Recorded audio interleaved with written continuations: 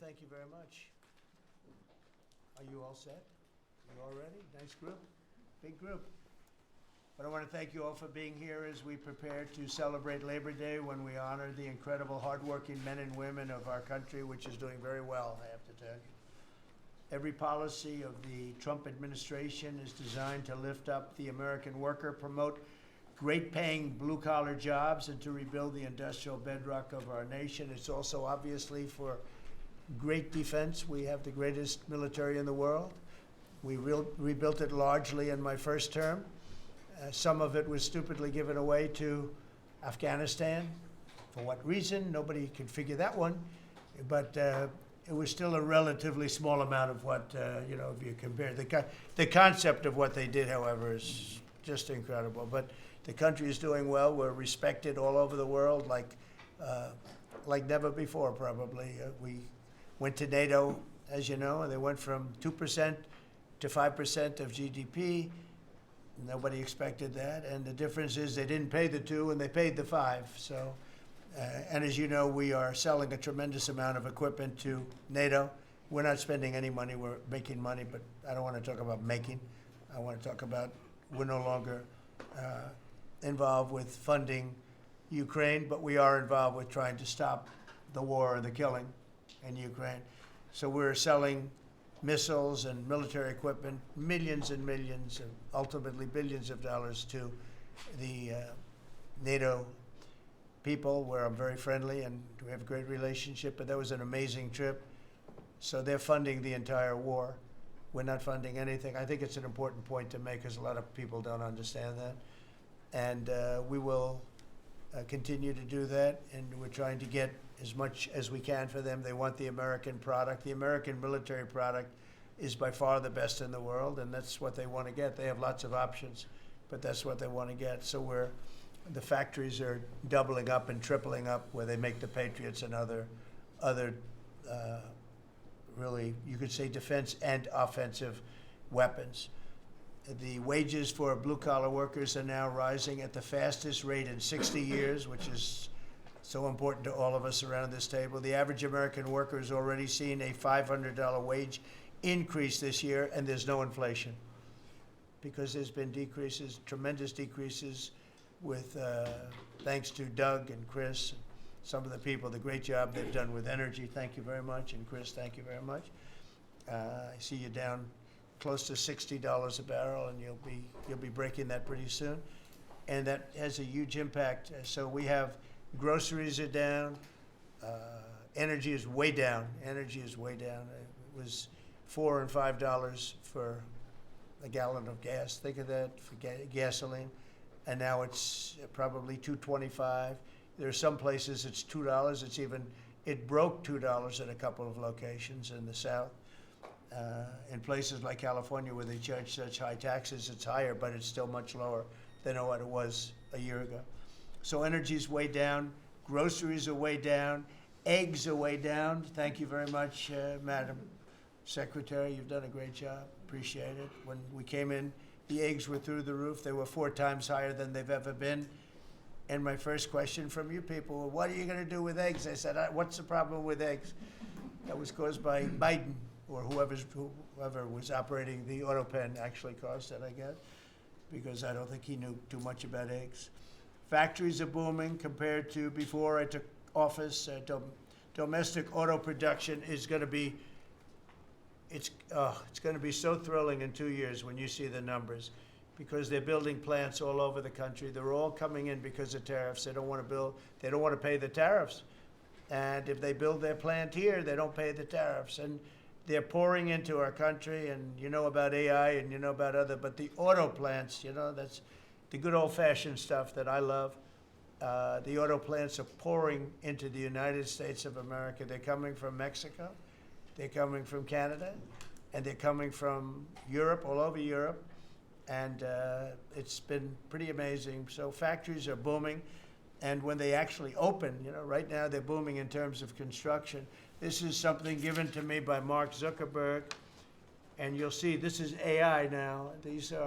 I never understood. I said, well, because I built shopping centers, and for $50 million, you can build a very nice shopping center So I never understood when they said 50 billion for a plant. I said, what the hell kind of a plant is that?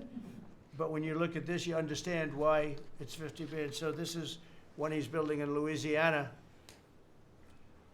That's Meta, Facebook, as people understand it to be. But look at that, that's the size of Manhattan. So that's superimposed over the island of Manhattan. It takes up a big part of Manhattan. I think they say 81% of Manhattan. So these are big things, and they're going up. A lot of them are going up now. I don't know that big. Actually, Mark is building 4 of them, and others are building similar places. And when these things open up, I'll tell you what, our country, we're leading China now in AI, substantially leading China. And the reason is because we're letting them build their own electrical facilities. We would need double the energy that if you take all of the electricity that we produce right now in this country, you'd have to multiply it times 2 or maybe 3 times. So 3 times more than we have right now for everything, to operate your toaster and everything else, okay? 3 times more. And the way we are able to succeed, because China goes out and builds these massive plants. They're right now building 58 coal, in this case, almost all coal-fired plants. And coal is back with this country too, by the way. You know, there's a reason they use it, because it's good. It works for them. And we call it clean coal. We don't call it coal. We call it clean, even very clean coal. But we have coal going up. We have nuclear going up. Nuclear is very much in vogue now. It's safe and inexpensive and great. We don't allow windmills. We're not allowing any windmills to go up. I mean, unless there's a legal situation where somebody committed to it a long time ago, we don't allow windmills. And we don't want the solar panels that I was speaking with the secretary about, because they take up, you know, thousands of acres of our farmland. You see these big, ugly patches of black plastic that comes from China. And the solar is, you know, I like solar in some ways, but for firing up your big plants, it doesn't work. It's very unstable, but it really takes up your farm. The farmers are saying, you know, they're building these massive blotches in the middle of the fields all over the country. It's so crazy. It's so crazy. So we're not heavy into that at all. And windmills, we're just not going to allow them. They're ruining our country. They're ruining everyone. If you look at, I hate to mention countries, but you look at the UK, what's happened at UK, they have energy costs have gone through the roof. It's because of wind. They want to do everything, close up the northern parts of the country. They have oil that's tremendous.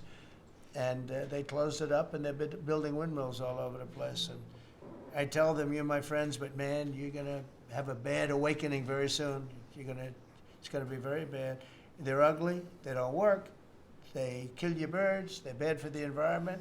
And if you look at them from a house, your house is worth less than 50%. So I'm trying to have people learn about wind real fast, and I think I've done a good job, but not good enough, because some countries are still trying, and they're destroying themselves. Those are countries that are really destroying themselves. I hope they get back to fossil fuel, because right now, Chris, whether we like it or not, fossil fuel is the thing that works. And then you can add nuclear with it and other things, but fossil fuel is what works if we're going to fire up those big monster factories.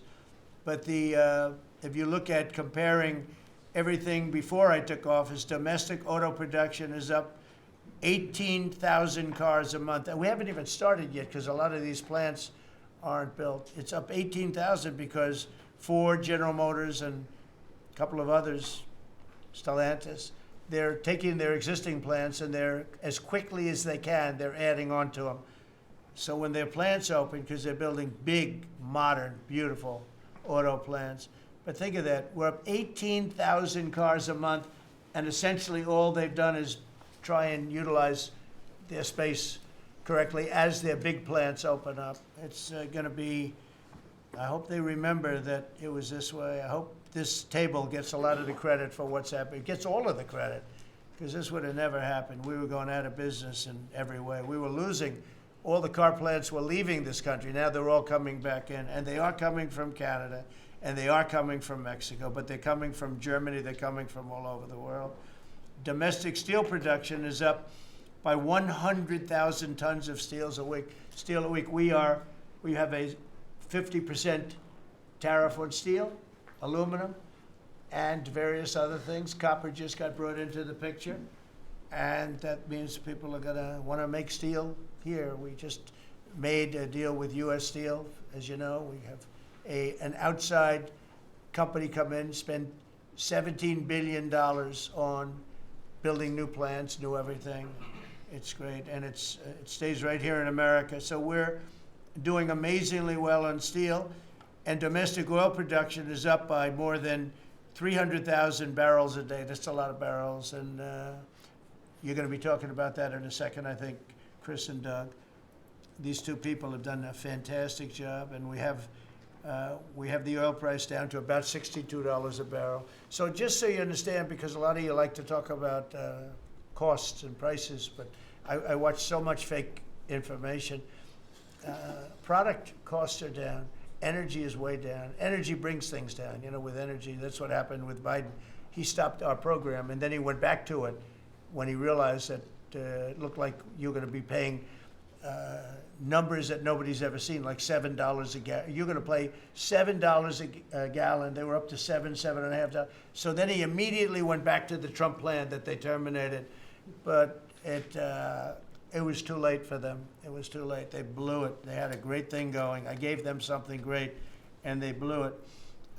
Since the inauguration, we've created over 500,000 new private jobs, and if you notice, when the numbers come out, government jobs are going down and private jobs are coming up, and that's what really fuels the country. It's easy to hire people and pay them for doing something that maybe is not very productive, but government jobs are down, actually substantially down, and private jobs are way up, and these are the jobs that make money, create a better life.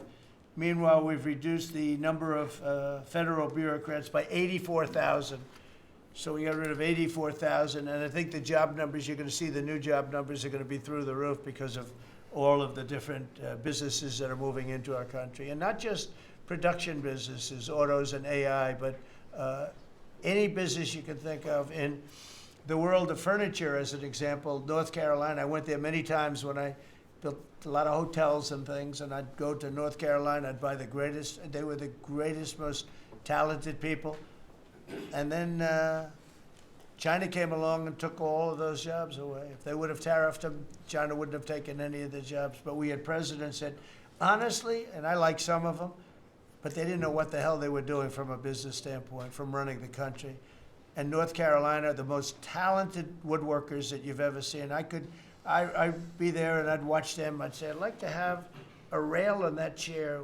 Maybe can you fancy it up a little bit? How about this, sir? And it'd hand me a thing. It was like they were artists. They were unbelievable. And that business was stolen from us by others, not only China, but by others. All of a sudden, you're ordering your furniture from China. It was not even close to being as good, but they couldn't compete with it. If we would have said it costs 100% or 200% tariff, you wouldn't have lost one job.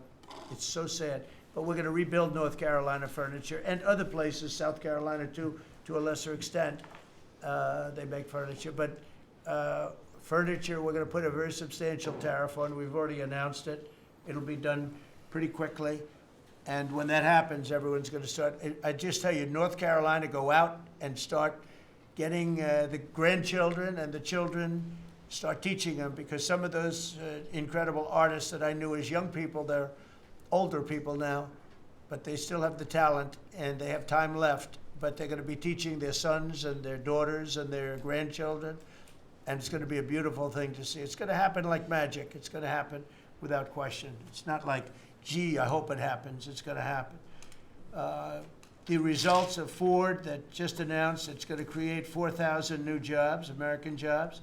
Hyundai, 14,000 jobs. General Motors is moving production of the Chevy Blazer and Equinox from Mexico back to the United States where it belongs.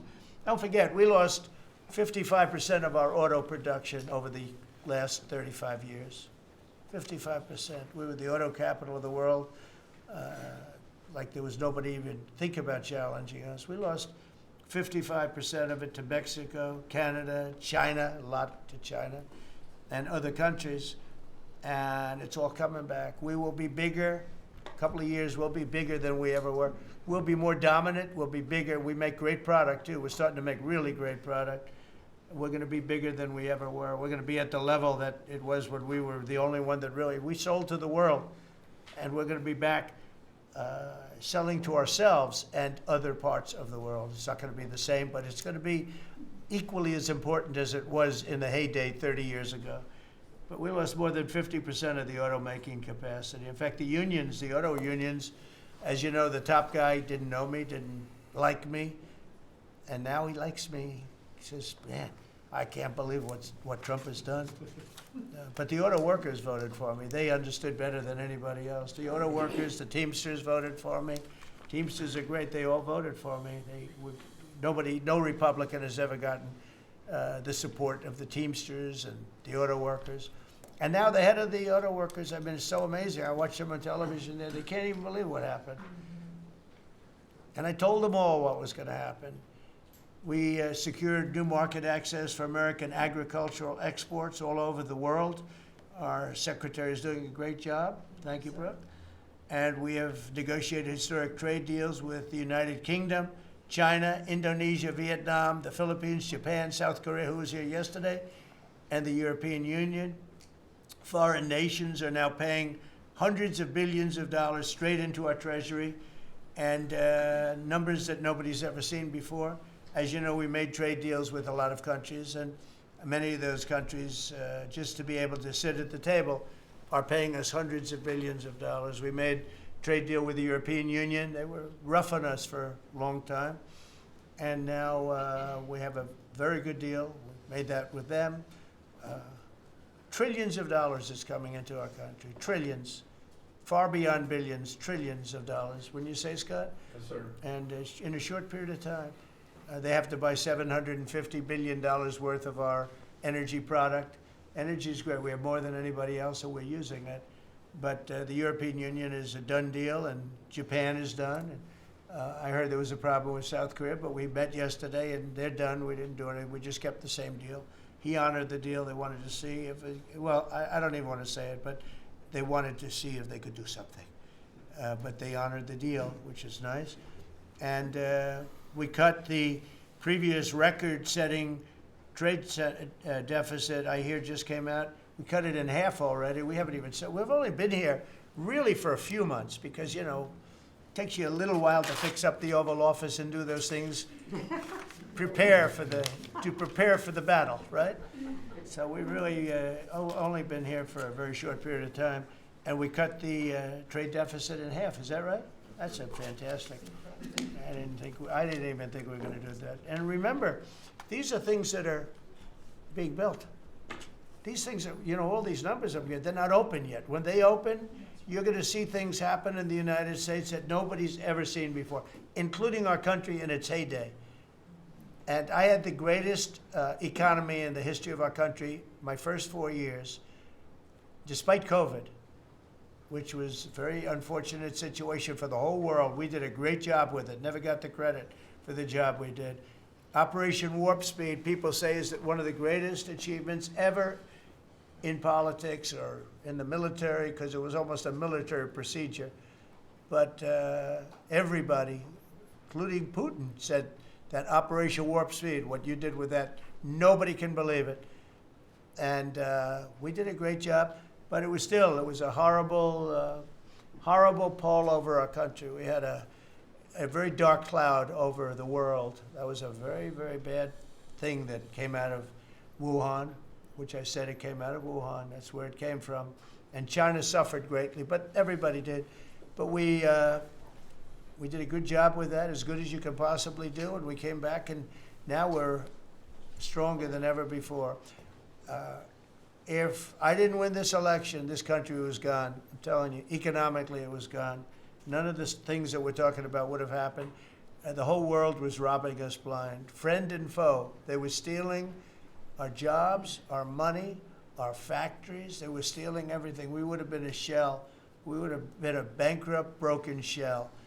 And that's the way it is, but we're doing just the opposite. Stronger than we've ever been. Last month in a landmark achievement, I also proudly signed the largest working class tax cuts in American history. So the bill that, I'm not going to use the term great, big, beautiful, that was good for getting it approved, but it's not good for explaining to people what it's all about. It's a massive tax cut for the middle class. It's a massive tax cut for jobs. And it's, I mean, think of it, no tax on tips, no tax on Social Security. So seniors, I don't know how you can vote for anybody else. And, just think of that, and no tax on overtime. So you work overtime, you don't have to pay tax on overtime. That's good. The Democrats don't know what they're gonna do. So they have, like, this soundbite. They have all these sound bites. They send it out. I don't know. Some guy sends out a word, and everybody uses it, including the fake news. Some of you are here right now. I'm looking at you. And it's death. They use the word death. No, it's actually life. It's almost like a newborn life. It's not death. That's their soundbite. The bill is death. It's not. We strengthen Social Security. We strengthen Medicare, Medicaid. The job we've done on Social Security is, if the Democrats got in, Social Security is over because the country's going to fail. There won't be any Social Security. And I made that pledge to you. We're going to take care of Social Security, Medicare, Medicaid, and we're doing that in spades because the country is becoming so successful again. And it hasn't been this successful. I think in the end, it will never have been this successful. I don't think it'll even be close with what's happening. Every American is seeing a tax cut as a result of the bill. The average police officer will keep an extra $1,000 a year at least in overtime, and the average waiter or waitress will keep nearly $2,000 extra in the fact that they would have had to pay that kind of money on tips. And I never realized that the government was so strong on that. But waitresses, waiters would tell me that the government would go after them. Like it was horrible. That's how it all started with me. It just was incredible. And the biggest thing was, again, the $4 trillion that they found. They said, well, that was nice. They should have announced it. I could have told them that. And I don't know. It should be simple. But a lot of people didn't understand it. Actually, a lot of good people didn't understand it. But now they're saying, Trump was right. They've never seen anything like this. And I don't know what it is, Scott. They didn't understand what we were trying to explain to them was going to happen. Everybody's moving back to the United States because they don't want to pay a tax. If they're not here, they have to pay a tax. And it didn't seem that complicated, but it's working at a level that nobody can imagine. This is working $4 trillion, but that's a big number. It's a number that nobody ever heard of before. But $4 trillion is exciting. But that's nothing compared to what's happening, because these places haven't even opened yet. Some of them haven't even started hiring yet. They're under construction. So it's construction jobs, but it's not the big number, and the big numbers, when they open, they're going to be very successful. It's a revolution. We're also working on things to ensure that the awesome power of artificial intelligence is used to benefit all Americans, including American workers and also American children.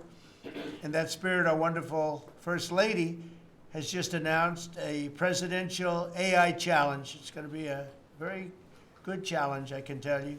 She's put her heart into it, which will inspire the next generation to stay on the cutting edge of this vital technology. This is the new internet, the new computer, the new television, the new everything, all put together in one. This is why when I show you a picture like that, I show you this. This is a factory superimposed over the island of Manhattan, and you have many of them being built right now all over the country, or soon to start. Some of them have started. This one has actually started. That's in the great state of Louisiana. But the First Lady is working very hard on this, and it's an important initiative. And Melania, when she puts her mind to it, nobody could do better. There's nobody. So every young person should go to AI.gov to learn more, AI.gov to learn more. And you'll see it's a great challenge. I think it's going to be a very modern kind of a challenge. It involves AI, which is very exciting to people. So I want to thank her, raise a lot of money for children.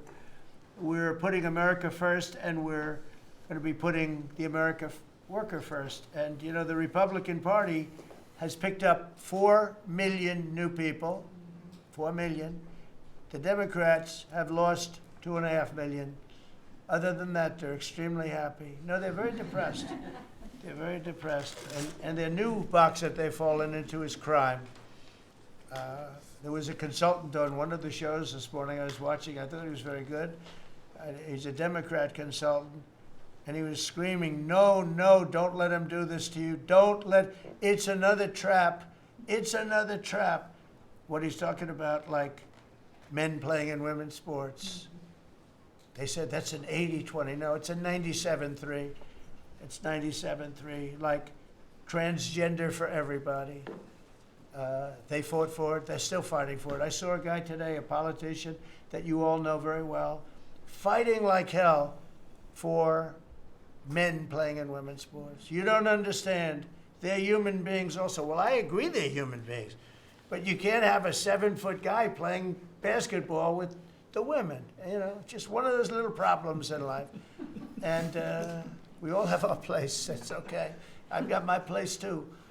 But this guy's screaming, it's another trap. And this is the worst of all. He said, because this is crime. Trump is saying he's against crime and they're for crime. No, he's going, it was funny. No, it's a trap. Don't do it. And then I saw this poor, stupid Chuck Schumer, the guy. He looks like he's aged 100 years. And I don't like getting into looks. You know, looks don't mean anything, right? When you're in politics, looks don't matter. I look at Pam, I would never say she's beautiful because that'd be the end of my political career. Laurie, secretary. But I will tell you, this is the best of all. And they're going to fight me. Like this slob of a governor you have in Illinois. This poor guy got thrown out of his business by his family. I know the family. I was partners with the family. Nice family. I like the family. But he was no good. They threw him out. He's governor of Illinois. And he goes about Trump, we don't need his help. Chicago is the worst. These places are really bad. Crime in D.C. was the worst it ever was. You know, they make up stories. Crime in D.C. was the worst ever in history. And now, over the last 13 days, we've worked so hard. And we've taken so many, there are many left, but we've taken so many criminals, over 1,000. I watched a man from Maryland who said to me, sir, you're the greatest president. You're doing an unbelievable job. What a great job. Governor Moore, has anyone heard of him? Mm-hmm. He's another hopeful for president. I don't think so. But I met him, and I didn't realize it was on camera. Did you see they caught him on camera? I was at a game, I don't know, like the Army-Navy game or something. And I met him in a hallway. And as usual, you do your job very well. One of these great cameramen had it on tape. But I met this gentleman. I never met him before. Sir, you're doing a great job. You're doing an unbelievable job. Thank you very much. But then he goes on television and says, oh, Trump is a dictator. He's a dictator. And a lot of people have heard. So the line is that I'm a dictator, but I stop crime. So a lot of people say, you know, if that's the case, I'd rather have a dictator. But I'm not a dictator. I just know how to stop crime. And you would think that Illinois would have such a problem with crime, such a bad governor. He should be calling me, and he should be saying, could you send over the troops, please? It's out of control. It's out of control. In New York, it's out of control. Not as bad as Illinois, by the way. Not even close. In California, you would have not had the Olympics had I not sent in the troops. Sent in the National Guard. They did a fantastic job. We have the Olympics. We have the World Cup coming. I got them in my first term. And I was really sad because I said, oh, boy, I got them, and I won't be president. And little things happen. Thank you, God. Thank you. Little things happen. Think of it. You could ask Johnny. Johnny would tell you he's the head of World Cup. He's a great guy, too, great commissioner. But he's the head of the World Cup. He said Trump is the only reason we're doing this. And the sad part is that I was not going to have it. I would have to be, probably I wouldn't have even been invited to the game, depending on who's president, right? And I got that. I did not get 250, okay?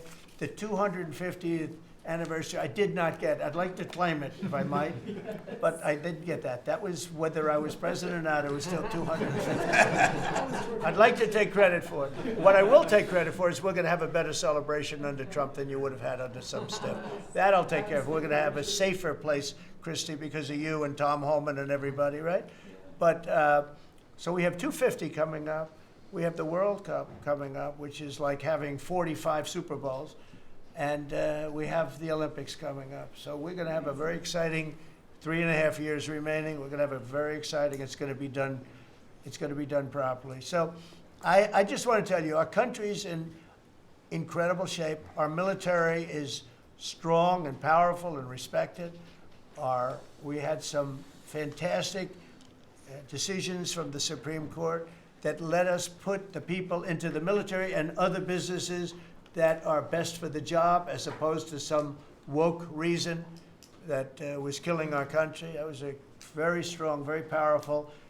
You can now go into a company based on your ability, as opposed to being forced in based on some factor that cannot make our country great. That was a big decision, very, very big decision.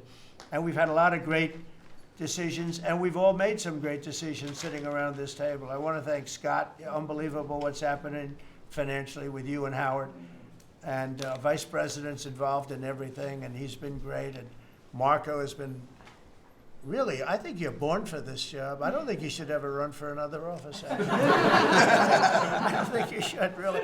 You're so good at this. He is so good. And everybody likes him, everybody likes him. But everybody, much more importantly than like, I think you would say, is respect. They respect Marco. They respect all the people around the table. So what I'd like to do is, I'd like to go around the table. You seem to like it. Your audience seems to like it based on ratings.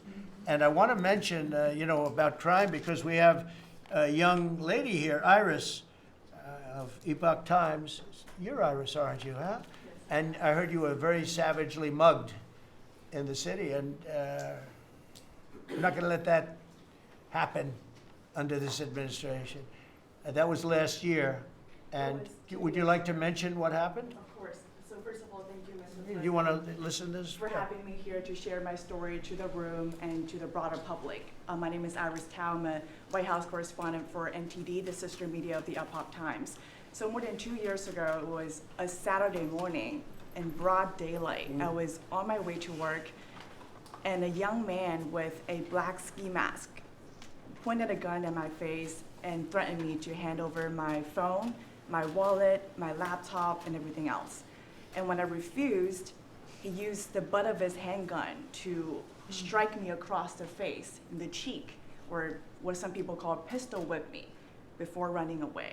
And that has deeply traumatized myself and my family. Ever since, I've never dared to walk in the street of DC at night, ever.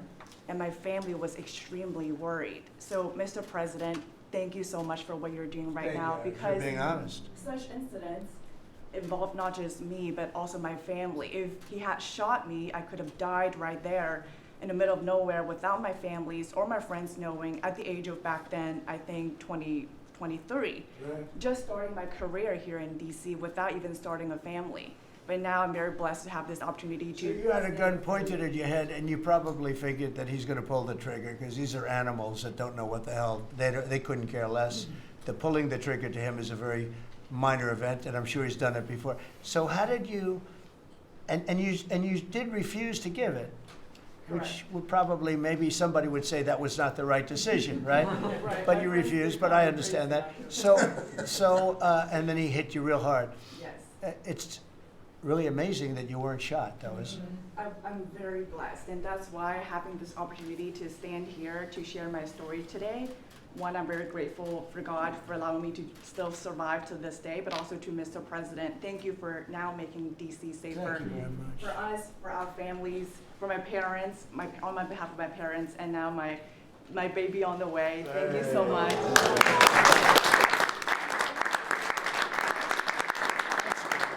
And there are other reporters and journalists, good people, and you don't have to say it, but that have also been attacked violently, and not violently too, pretty badly. But and I bet you see a big difference in the streets right now.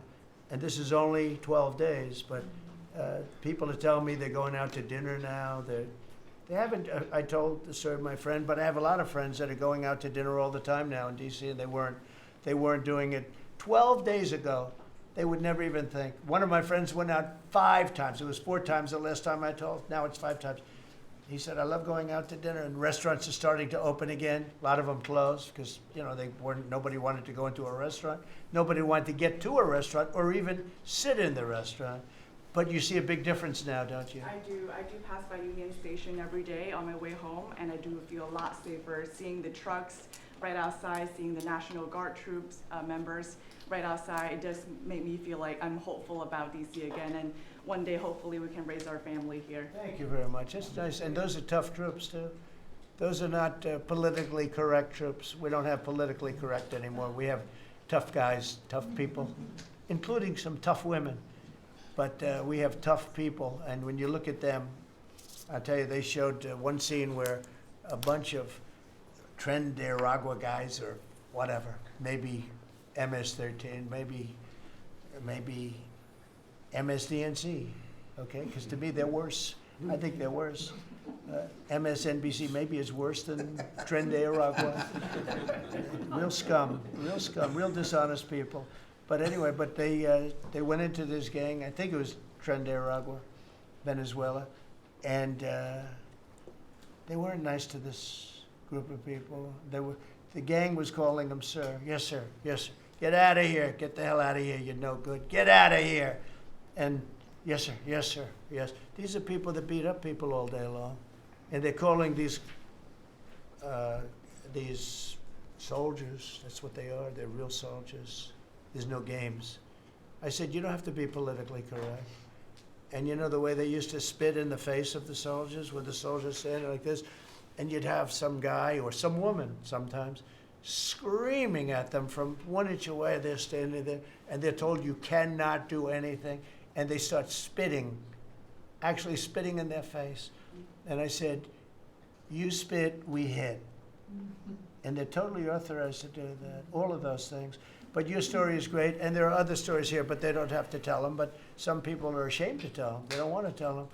But it was like a jungle, and it's not a jungle anymore. And it's going to get so good that this will be the safest capital there is. It'll be one of the safest places in our nation, anywhere. And right now, it's one of the most unsafe places, but not now.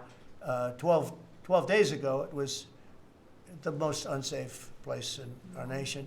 And they have to stop issuing false crime numbers because, I heard the mayor, and I like the mayor, fine. I don't care if I like her or not. If she did her job, I wish she were a horrible person who did her job. But she's probably nice, I guess. I don't care. I want her to do a job.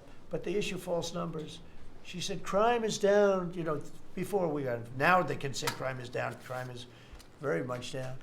But what they did is they issued numbers. It's the best in 30 years. Not the best. It's the worst. It's the worst. It's much worse. And they gave phony numbers. And then they fired the man who didn't want to write the phony numbers. He got fired. And I guess that whole situation is under investigation because it's a very important thing, Pam. If they're going to give these phony numbers, it's a false feeling that you get crime. You have to do something about it. You can't go around saying, "Oh, Washington D.C. safe," if it's not. It's going to be very safe very soon. It's very safe right now. You're going to go out, have dinner. People are going out all over the place. They're walking. I have people that work in government, strong, tough cookies. They can take care of themselves. But it doesn't help to have big, strong muscles. And I work out. If a guy's over there with a gun shooting you in your face, you can be the strongest guy in the world. Guy has a gun, shoots you in the face. It doesn't matter how much you've worked out, how many weights you've lifted, how hard you worked. And so we have the toughest guys and we have the best guys. And I'm willing to go to Chicago, which is a big trouble, but we have a governor that refuses to admit he has problems. huge problems.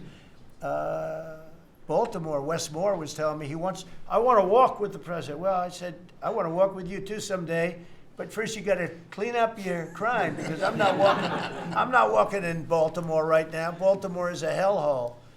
And this guy, I don't even think he knows it. He's another candidate for president. Between him and Newsom, you got some real beauties, I'll tell you. But if we didn't go into Los Angeles, you wouldn't have the Olympics, in my opinion. You wouldn't have the Olympics. We went in, and the sheriff, the boss, said, thank God they're here. You could see his tape. He said, we were not able to control what was happening. That was the sheriff. And he said it loud and clear.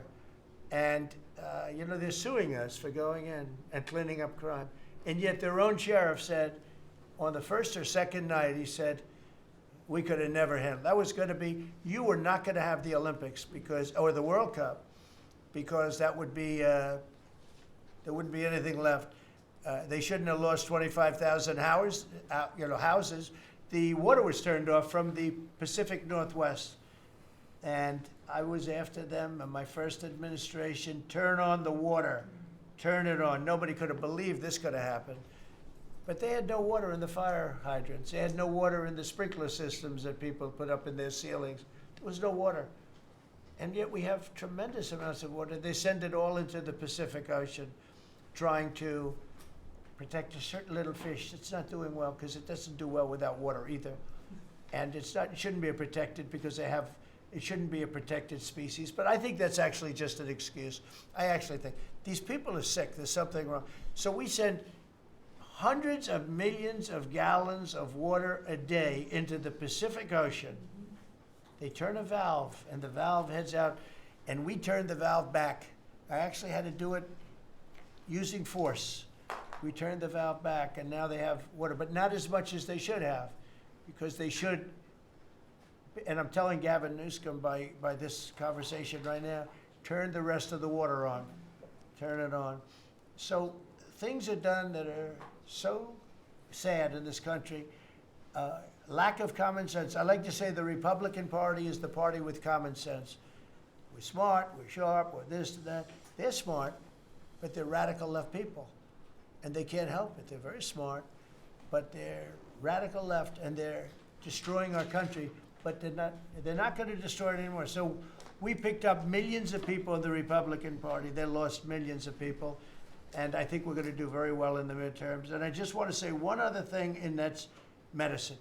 The cost of medicine all over the world is much cheaper than the United States, because for years the world pushed us around, including our friends.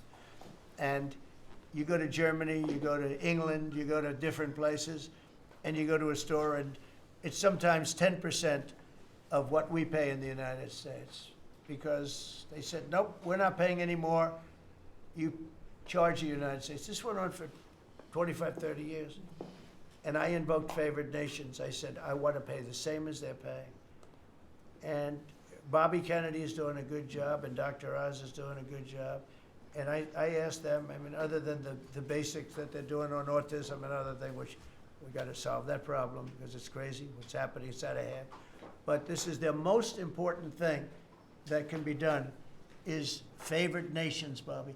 And we're not talking about a 25% cut or 50. We're talking about a 1,500% cut, because people go to Europe to buy drugs, and they come back with drugs, prescription drugs, normal, not, I don't mean the bad drugs, I mean prescription drugs, because you can buy them for 10%, 15%, 20% of what.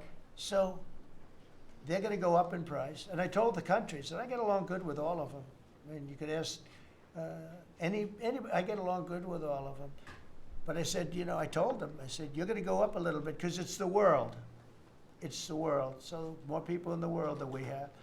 We're going to go down a lot, and they're going to go up a little. And it's called equalization. We're going to have equalization. So we pay the same price as the lowest drug sold anywhere in the world. And I think, Bobby, that's going to happen pretty soon. The companies are ready for it. They had to go for years. I was with a very great gentleman from Eli Lilly. I think he's an incredible executive. I mean, I'll mention the company, and I'll mention him, because we had this argument my first term, and then we had it in my second term. in my second term, I wouldn't stop until I won the point. And he threw up his hands. He says, "You're right. I can no longer defend it. I can no longer defend that a pill that's made by Johnson & Johnson in a factory, in the same factory, in the United States versus a place in Europe or other places, including Canada, by the way, you could buy it for 10% or 15% or 20%, the cost of what we're paying, where we'd pay 5, 6, 7 times more money." He said, "It's the hardest part of my job, defending that. I'm not going to do it anymore." I'm saying that we have to get down to business. And that's a great company. He's done a great job, and I appreciated it. And it really broke the ice because they were sending, "Well, we have to do research and development." Well, you have to do it for Germany and all these other countries too. Well, they think the United States should bear it. I mean, I heard this stuff and I finally said, "It's over." Now, you have to have somebody that can get these countries to do it. I told them, "If you don't do it, we're going to charge you a 25% tariff on everything you send into our country." That's much more money than what we're talking about. Then we have to get the drug companies to do it, and they'll do it because we have tremendous power over the drug companies too. So we're going to get it done. I just hope we get it done fast, Bobby, because this thing should go fast. But we're going to get the cost of medicine is going to be 1,000%. Think of that, not 2%. And I just tell this last story. When I was in my first term, in my last year, I was so proud of myself because drug prices went down for the first time in 28 years under my administration. You know how much it went down? 1/4%. And I was so proud of that. And I held a news conference, I think you'll be able to find it, congratulating myself and my administration because for the first time in 28 years, drug prices went down. 1/4%, that little tiny, but it still went down. And I thought it was great. And then I realized, it's a very complicated business and formula. You got to be very smart. I said, we're really getting ripped off by the whole world. The whole world is ripping us off. And what happened is I got on this kick, and I got the drug companies to agree, and I got countries to agree. And they're not agreeing because they think I'm a nice person. They're agreeing because I will put charges and costs and tariffs onto them that will be many times more than what they're going to be paying. So the companies are there and the countries are there, and we got to get it done, Bobby. We got to get it done, and we're going to have the biggest price of it. Now, that's going to lower Social Security, Medicare, Medicaid. This is going to lower everything because drugs go for everything.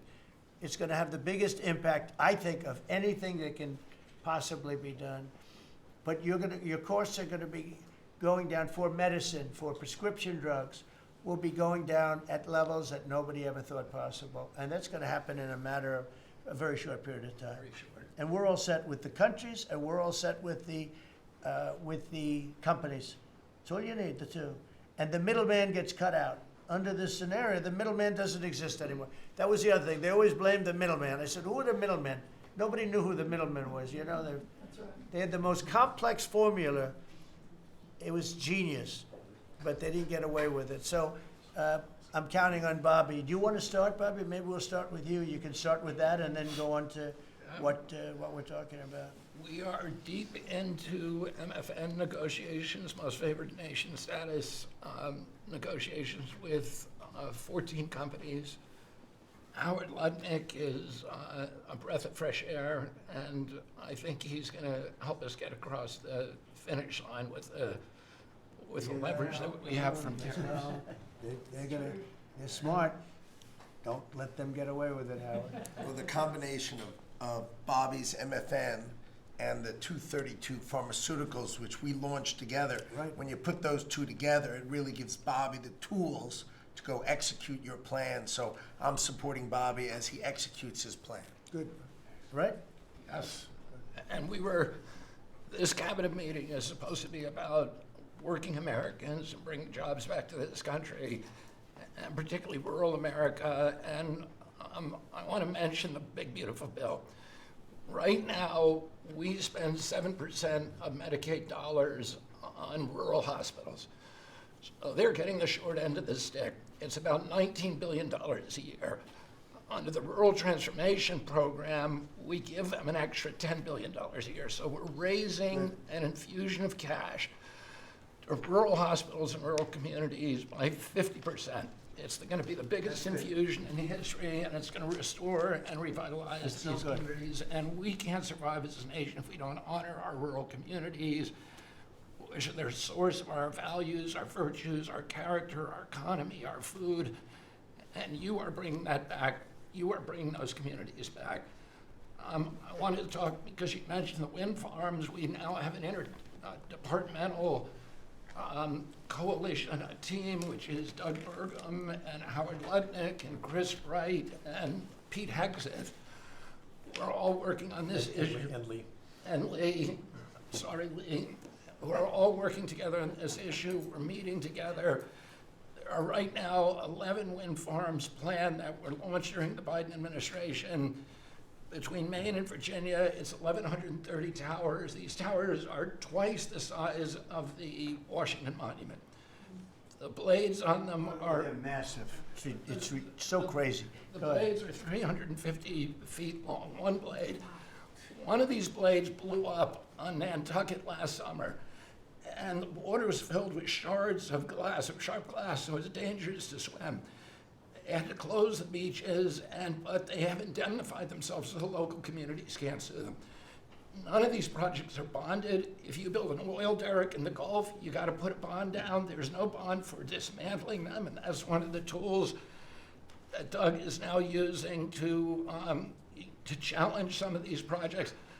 None of the cost of energy from these projects is 39 cents a kilowatt hour. The average cost in this country is 17 cents per kilowatt hour. And natural gas is 3 cents. Right. So it is the most expensive energy. I've been representing commercial fishermen for 40 years. They are so excited about what you're doing, Mr. President, because their fisheries are being wiped out. As soon as they begin construction, the groundfish fisheries just disappear. The fish leave the area. They've killed 160 whales in the last 2 years.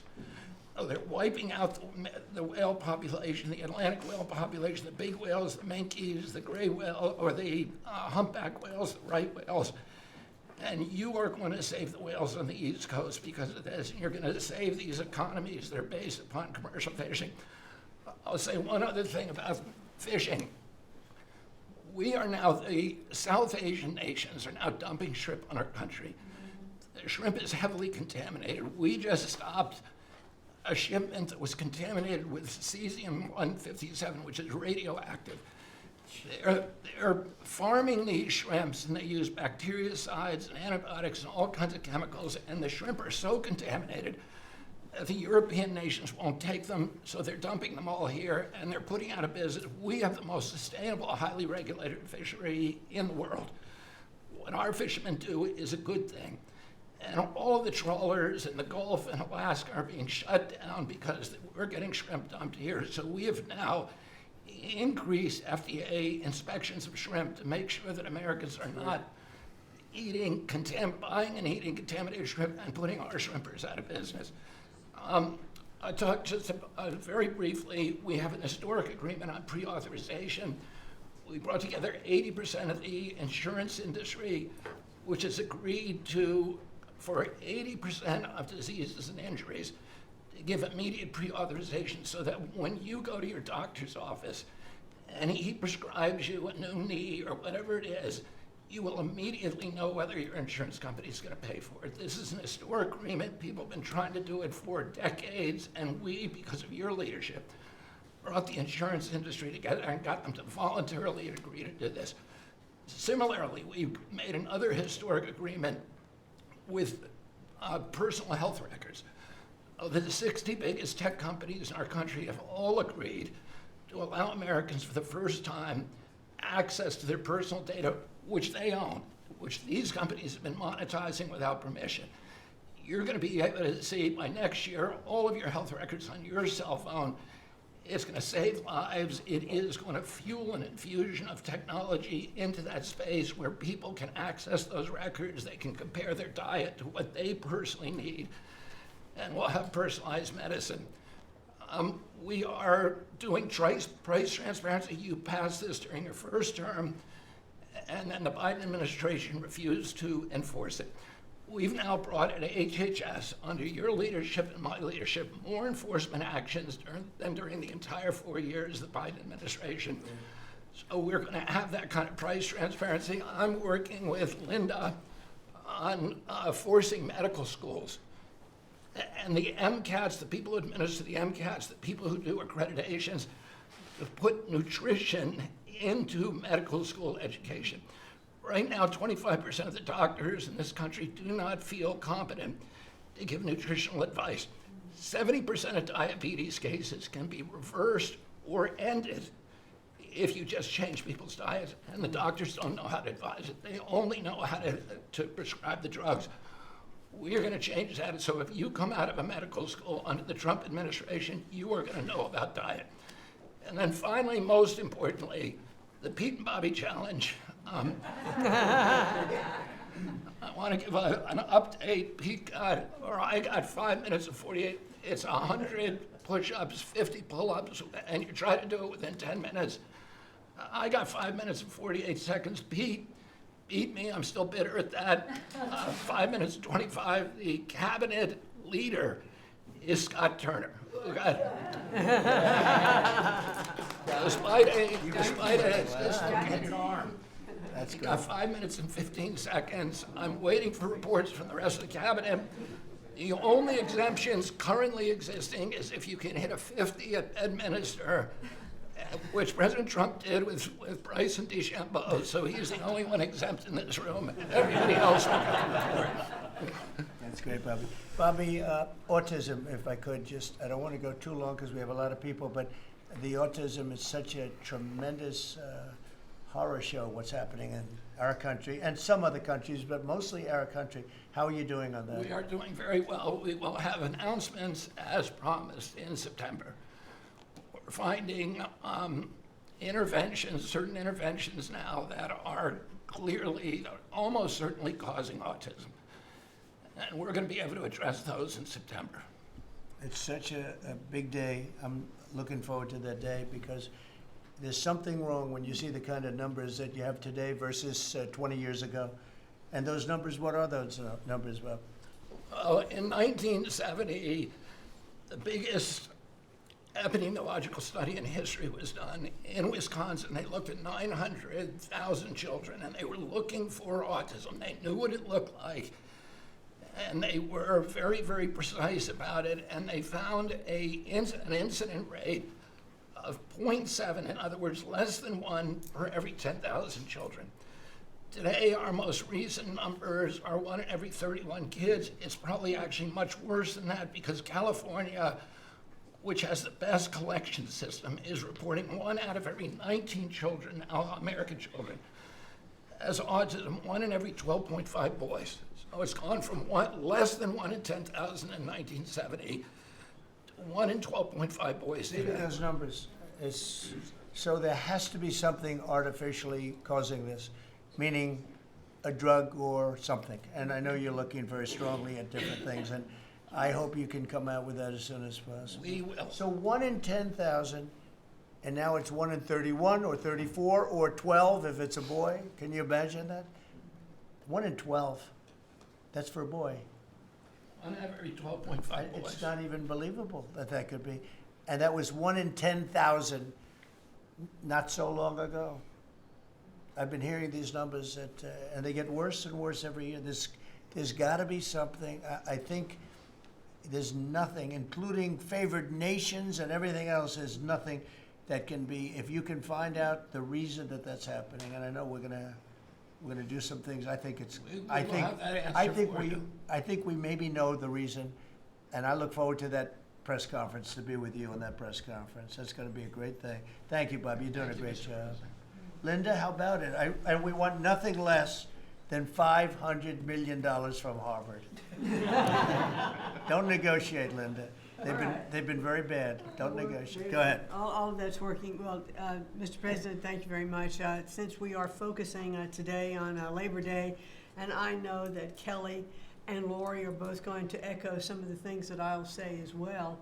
We are really focusing, on our workforce. But what I'm finding with great joy around the country is that states really are being innovative and working more with middle schools and with high schools to make sure that we are having hands-on learning. There are pathways to jobs that are happening now. And if we see more and more of our community colleges working with our middle schools and our high schools so that high school students are graduating not only with a diploma, but a certificate that they have worked with, perhaps with a Toyota or another company that is coming in, public-private partnerships. And they're learning on the job so that when they graduate from high school, they're ready to go into the workforce, because we know with all of these wonderful jobs that are coming back into the country, through AI, through just our normal jobs, that we need electricians, HVAC operators, et cetera. If we don't have this training, we're not going to have the workforce we need for all these wonderful jobs. So governors are really excited about this prospect. I've been now to several states and visited community colleges and tech schools with governors, and they're just all on board for getting this done. I think it's one of the best things that we're hearing relative to the job market. So we're just kind of focusing on that for today. So we're bringing education back to the states, to put it in a more simple fashion. We're going to let the states educate our children again. And, we're rated out of 40 countries, we're 38, 39, or 40.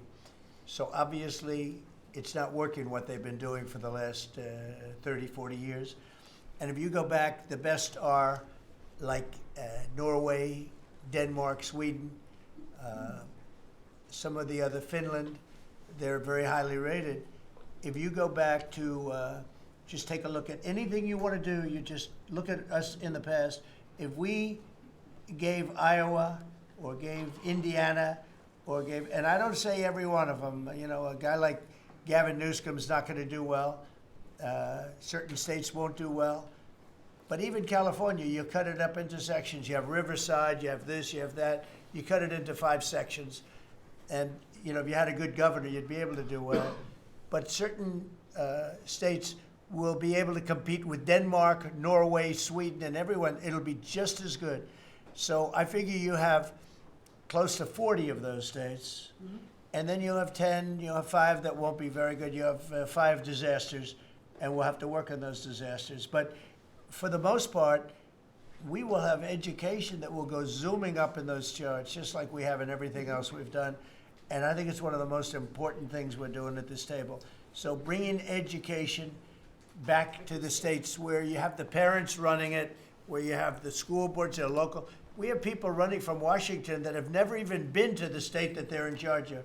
They've never even been there, and I don't think they care about it. So we want to close up the Washington buildings, sell the buildings off, let somebody else get rich with the real estate, because it'll be a crime-free city. By the way, speaking of that, anybody murders something in the Capitol, capital punishment, capital punishment. If somebody kills somebody in the Capitol, Washington, D.C., we're going to be seeking the death penalty. And that's a very strong preventative. And everybody that's heard it agrees with it. I don't know if we're ready for it in this country, but where you have it, it is, we have no choice. So in D.C. and Washington, states are going to have to make their own decision. But if somebody kills somebody, like you could have been killed, very lucky you didn't get killed, it's the death penalty, okay? Fantastic job you're doing. Thank you, Linda. Very much appreciated. How are you doing with the colleges, by the way? You're doing some pretty good work in terms of getting them to treat people fairly. Well, interestingly enough, since we've been negotiating with some of the Ivy League schools, I have presidents of universities calling every single week. They want to sit down and talk to us about all of the steps that they are taking, because they would like to not come under the same investigative program, and so it is having its desired effect. That's great. If I shot across the bound, the big guys, people kind of step in line and know you mean business, and we have teeth in these agreements, and I'm proud of the work that we're doing there. Well, they misbehaved, and some of these schools are getting billions and billions of dollars and they misbehave, so that's it. And so one way or the other, we're gonna win that whole thing. It's gonna straighten them out, okay? Thank you, great job. Lee, please. Mr. President, the Trump EPA has a special Labor Day message to America's workforce, especially our auto workers, our coal miners, our steam fitters, our pipe fitters, and the list goes on. See what a difference a year makes. A year ago, the way that the Environmental Protection Agency was operating, the choice was made to protect the environment. We would have to strangulate the economy. That's the way that the EPA operated for years. There was a binary choice. We had to choose one or the other. The Trump EPA completely rejects that. See, we choose to protect the environment and grow the economy. And a very special shout out to Russ Vogt and his team at the Office of Management and Budget. We give him a lot of work. He's happy to do it. Dozens of different deregulatory actions. We just announced a proposed rescission of the 2009 Obama EPA endangerment finding, all of the light, medium, and heavy-duty vehicle regulations that followed. It is the single largest deregulatory action in the history of the United States government. And when you add up the dozens of different actions that we have announced and that we're working through, in one agency in 1 year, we'll do more deregulation than entire federal governments have done across all agencies, across entire presidencies.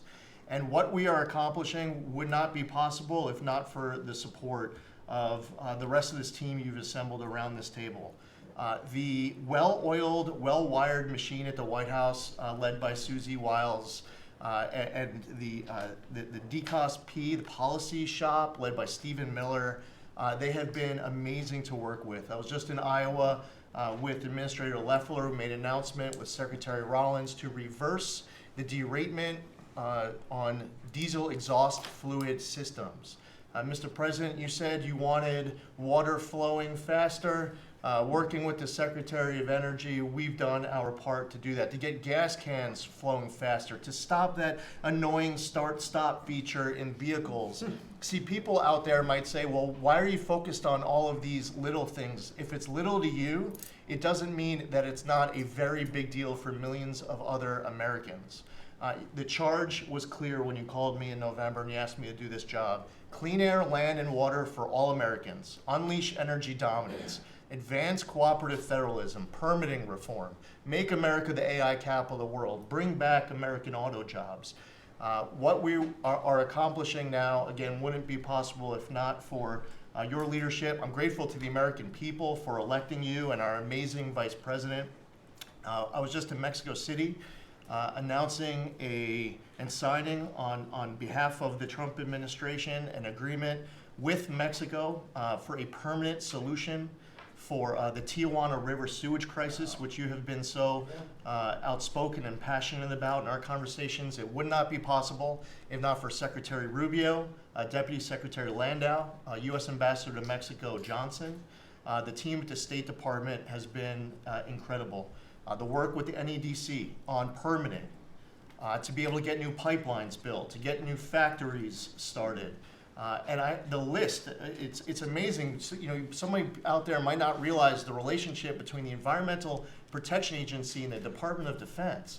The amount of work with Secretary Hegseth and the Army Corps, from responding to the LA wildfires, to getting more water flowing in California, which is also something that Secretary Burgum is involved with, to helping the farmers, the ranchers and landowners to revise the waters of the United States definition so they don't have to go hire an attorney or a consultant to tell them whether or not a water on their property is subject to federal regulation. Thank you for putting this entire team together. It's an honor to be at the Trump EPA, where we choose to both protect the environment and grow the economy. It's a very happy Labor Day for America's workforce. And Lee, in Los Angeles, if you could, because of the fires, Lee was there, and as you know, we have very strict federal rules having to do with the rebuilding of those houses. And Lee was able to get the approvals done for everybody immediately. It was so fast, nobody could believe it. And the mayor and the governor still haven't gotten their approvals. And they're gonna have riots out there for that reason. These are great homeowners. They wanna build a house, they can't get approved because you have the mayor, Bass, who has no idea what she's doing, and you have a governor who is just such a bad governor, and the people are unable to build their house. The toughest permit to get was the federal permit by far, and yet he got them all in a short period of time after the fire. How long did it take? Well, Mr. President, you came in, signed an executive order, and told the EPA that we had less than 30 days to complete our hazardous material removal, which the initial response, once all of our heart rates went down a bit, was just to figure out how to get it done. We got it done in just less than 30 days. The Army Corps of Engineers then comes in for the debris removal. The federal government, in clearing over 13,000 properties that were destroyed because of these wildfires. We've got to the point today where property owners all across Los Angeles, they're grateful to the Trump administration. They're happy that we did our part, but they are desperate to rebuild. And there is not a single green light approval that they are waiting for from the Environmental Protection Agency. The EPA and the Army Corps of Engineers proudly have done our work. It's important for those local officials to let these property owners build on their land. It's their property. It doesn't belong to the mayor of Los Angeles.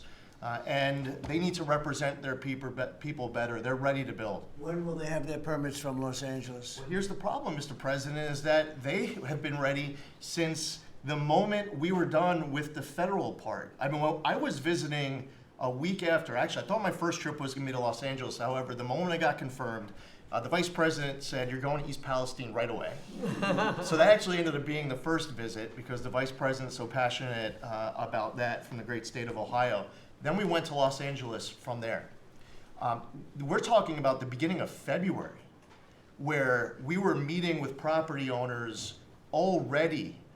They were already all set up. They had the contractors. It was the beginning of February, and they were waiting for green lights from Los Angeles to be able to go onto their property and start rebuilding. Some of the same people who were waiting for a green light ready with the contractors at the beginning of February are still waiting now in the middle of August. Let these Californians rebuild.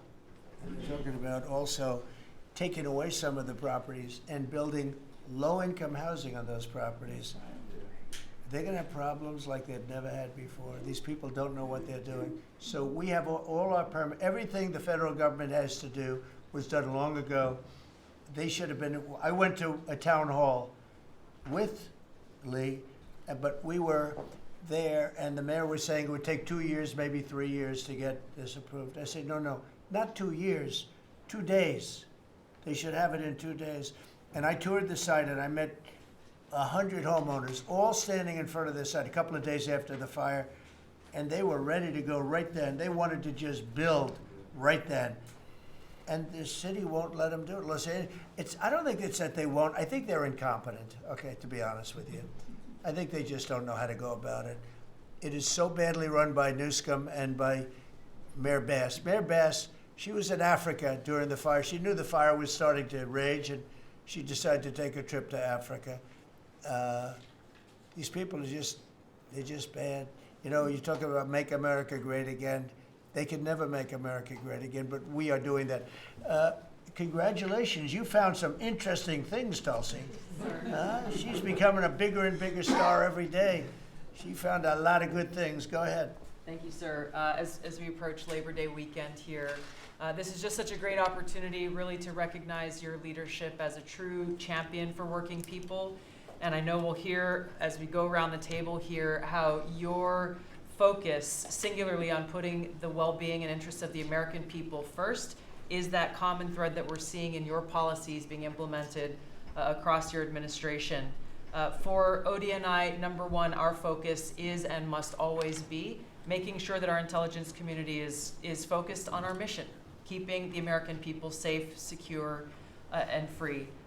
We're doing great work on this front. I'll point out our National Counterterrorism Center, led by Director Joe Kent, are working across different agencies with Homeland Security, DEA, FBI, and others to catch terrorists, both those who are trying to come into our country, those who may already be in our country.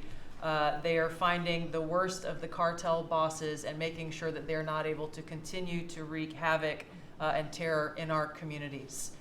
Secondly, Mr. President, you have charged me with the mission of finding the truth and telling the truth to the American people. And we've exposed some of the worst examples of the weaponization of intelligence in the last several weeks. I will continue down that mission and that path wherever it leads. Transparency, telling the truth, is what will drive true accountability for the American people who deserve nothing less. And lastly, Mr. President, all of us are charged with being good stewards of taxpayer dollars. I've gone through a reorganization for ODNI that we've announced in the last week. We've cut nearly half of redundant, unnecessary functions within ODNI, saving taxpayers over $700 million a year. We will continue focusing on our core mission in keeping the American people safe, and appreciate your leadership and your focus on this most critical task.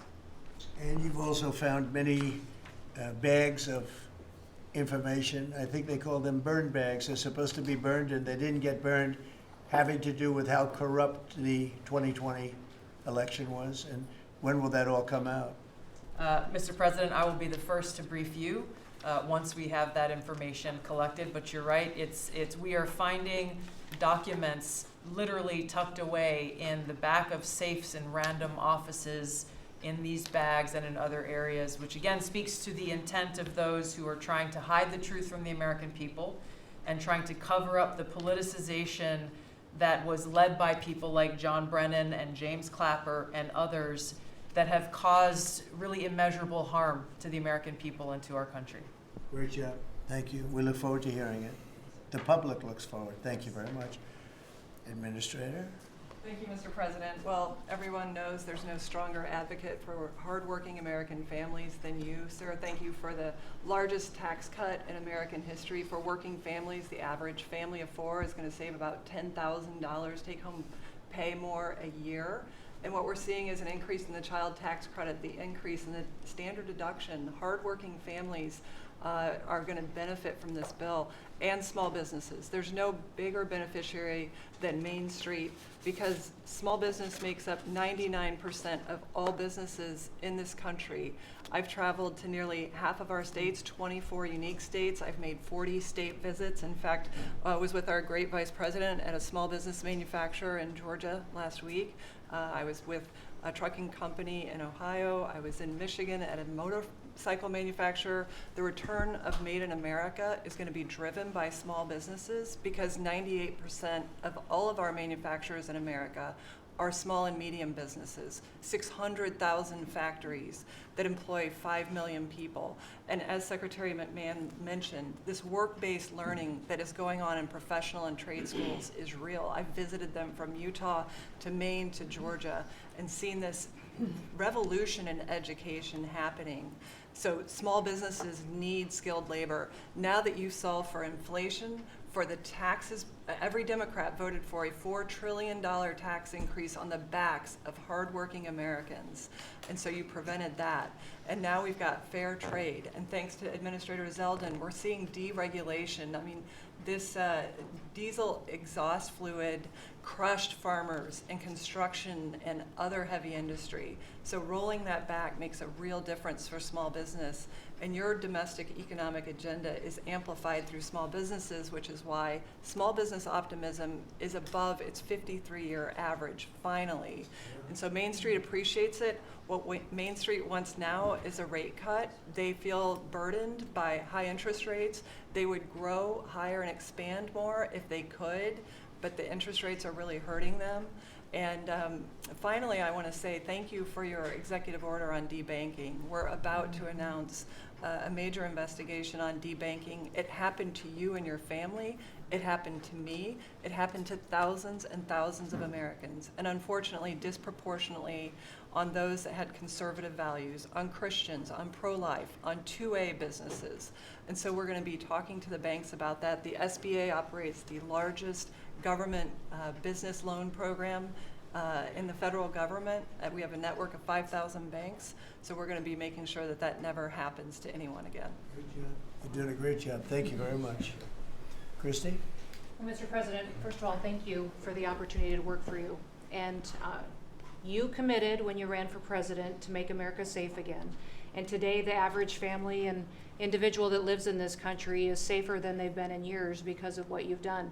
We've got 3 months in a row now with 0 illegal aliens coming into this country, and I want to thank Pete and the Department of Defense for all of their help. They're down at the border with us still, helping us keep that border secure and make sure we know who's coming into this country. You've arrested and brought to justice hundreds of thousands of illegal aliens, but criminals that have perpetuated violence against American people. Sir, you've had 1.6 million people voluntarily go home to their home countries that were here in this country illegally. Because of your strong message and you enforcing the law, they decided to go home on their own so that they could come back the right way someday and be American citizens. But what I think is one of the most remarkable statistics is that under Joe Biden's administration, 88% of new jobs went to foreign-born individuals. Under your administration, 2.5 Americans have jobs today that they didn't under the previous administration. And they have those jobs because you created opportunities. You made this country safe. You opened up the economy. You enforced the law.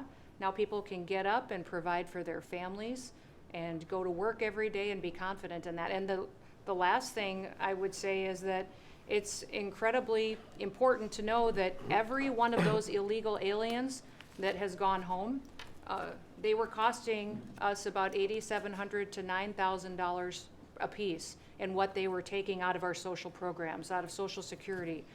You've saved this country billions of dollars, about $15 billion, just in what those illegal aliens were costing us in social programs. I've cut over 450 different contracts at the Department of Homeland Security. We're getting rid of corrupt ones that were not efficient for taxpayers, weren't focused on our mission of keeping us safe. And we've also renegotiated and brought in our biggest vendors and said you have to do better. And we've saved the taxpayers over $13 billion doing that as well. So we're continuing to be accountable with taxpayer dollars, but sir, focused on doing the mission of what you've committed, and that's to keep us safe and to make sure we put Americans first. Great job, and great job on the border. We had millions and millions of people coming in. To think 3 months in a row, 0. Incredible. That's some job. Thank Tom and everybody, and Pete, good job. Not surprised. Thank you very much. Chris, please. Chrissy. Sorry about that, Mr. President. Like Secretary Noem, I'm thrilled to be here to work with you on the simple platform you were elected on, which was to bring back the American dream, to bring jobs and opportunity for families across the country and to lower their costs so they can live their lives and expand the choices they have. You led off today talking about gasoline prices. I'll throw in diesel. If you correct for inflation, they're at multi-decade lows. This is a huge expense. This is a huge constraint on people's lives. We should celebrate that. Natural gas has become our main industrial fuel powering factories around the country. Natural gas prices are quite low in this country, and they're lower than in any country in the world. The reason for that is the United States produces 2 times more natural gas than the second largest natural gas producer in the world, and 4 times more natural gas than the number 3 and number 4 producers in the world. So you've opened up American opportunity and energy together with the work of Secretary Burgum, Administrator Zeldin, Secretary Lutnick, Secretary Rawlins. You know, we've made it easy to produce energy in America again, and those benefits are flowing. I could go on about this stuff forever, but let me talk about one specific area of energy, electricity. That's in the front of people's minds. When the day you were inaugurated, we get hold of all the data, and we can look at the resource plans of utilities across the country. What you inherited when you arrived was a plan over the next 5 years to close 100 gigawatts of reliable electric generation. So that's 100 large power plants. Now that was offset with a plan to build 22 gigawatts of reliable electricity generation. Their plan was to close more than 4 times as much electricity generating capacity as they were going to build in that 5-year period. How do we lead the world in artificial intelligence if we're shrinking our supply of reliable electricity? How do we reshore steel and aluminum and automobiles and semiconductors and all those jobs Americans want back in our country when we're degrading and shrinking our energy system? We were going to hand that leadership to China in artificial intelligence, not just to our economic loss, but to our huge national security loss. Your team around this table, and almost everyone around this table is involved in it, is just to completely pivot dramatically. We're stopping the closure of all these plants way before their retirement date. Some plants get to their end of life. That's a small percent of the planned closures. Most of those were just political nonsense at the cost to American taxpayers. So we have rapid new construction of power plants under in the United States. We're doing everything we can with suppliers who build the equipment for these power plants. They've got to build their factories bigger to build power plants in America. People thought those days were past. We weren't going to build big things in America anymore. We're just going to keep sending it over to Asia and overseas and just buy other people's stuff. Totally nuts economically, totally nuts for national security, and of course crushing for working Americans, particularly Americans that work with their hands. But we are seeing a revitalization of those people, of that optimism. You showed that picture of that plant being built in Arkansas, dozens of those under constructions, just in artificial intelligence. But the reshoring of steel, of aluminum, of plastics, of fertilizer, semiconductors, like this, America's the land of opportunity. How did we get to become this awesome nation? Because we believed in the American dream and we leaned in on it. But the wealthy in our country and the coastal elites that live away from where stuff's actually made, they just lost their way, and politicians just let them have it. Your tireless campaign and your relentless messaging made people realize the American dream isn't dead. It's just been smothered, and we're unsmothering it and setting it loose. God bless your efforts. God bless your assembly of this team around this table. We're bringing the American dream back. Thank you, Chris. Very much. Great job you're doing. Appreciate it. Lori, please. Mr. President, everybody here who spoke works at the Department of Labor, clearly, which I love. They have all the correct talking points, but I think that's a testament again that we are all working together every single day. We talk to each other often, and the workforce, the skilled workforce, the education factor, retirees, it's been so important because they all touch the Department of Labor, and I have the opportunity to work with every single one. If you all haven't stopped by the Department of Labor, Mr. President, I invite you to see your big, beautiful face on a banner in front of the Department of Labor, because you are really the transformational president of the American worker, along with the American flag and President Roosevelt, because we're bringing business and labor together. And I was so honored to unveil that yesterday, and everybody is taking note of that. You also mentioned crime, and I think it's been important for my colleagues to recognize that now American workers can return to work and feel safe. That business owners aren't shutting down their businesses because they're afraid they can't protect their workers, and now it's open for business again, and it's starting right here in our nation's capital. Many things have been mentioned about consumer confidence up, unemployment is holding steady, and more than 2 million net jobs for native-born Americans has been key under your leadership. 84% of the workforce and jobs has been produced by the private sector. I think that was the mission of this administration and the Department of Labor. And I will continue to say for a little bit longer, until I heard you today, the one big beautiful bill, because it equals one big beautiful workforce. And Congress passed this legislation. It probably will be the single most important bill that they did sign, because it is protecting our American workforce by expanding Pell Grants and child care and reduction in taxes, that they can keep more of their hard-earned dollars. I am at the Department of Labor announcing $30 million in grants for our skilled workforce, that I have an MOU with Secretary McMahon. I have an MOU with Administrator Loeffler. That's important to share the data points on how important this is. In June, we awarded nearly $84 million in grants for the capacity of what? Registered apprenticeships, an executive order to have 1 million active apprentices across this nation, where we've already registered 185,000 since in the last few months. One of the other things that we have done is the Biden administration's guidance on cryptocurrency, and thanks to you and your leadership on that, we've rolled that back. And of course, we're gonna see the 401k, the investors in our alternative assets. That's been key through the Department of Labor to work through.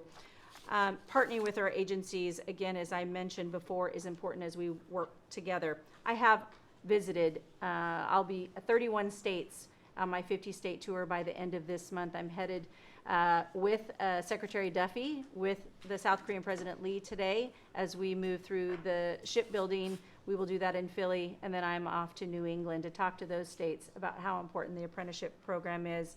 But while I visited Hexel in Salt Lake City, 100% domestic carbon fiber for the Department of Defense as they produce. They are announcing another $1 billion investment per your executive order on advanced manufacturing. So it is working. Everything that you have been saying since you were elected and since we all can put into play has been working. Ohio, McDonald's is investing 375,000 new jobs. The shrimpers I visited as well, and they need our help in protecting that industry for our American fishermen and shrimpers. In Minnesota, I toured Cambria. When we're talking about quartz countertops, all made in America. And again, in Oregon, where we are expecting a crackdown. Thank you for what you are doing with your agents on ICE, and thank you for the prosecution that I hope you will come to Portland, Oregon, and crack down. But while there are still good people, I was able to visit Buckeye Pacific, really a trading floor for the timber industry. So we still want to focus on great, hardworking American businesses.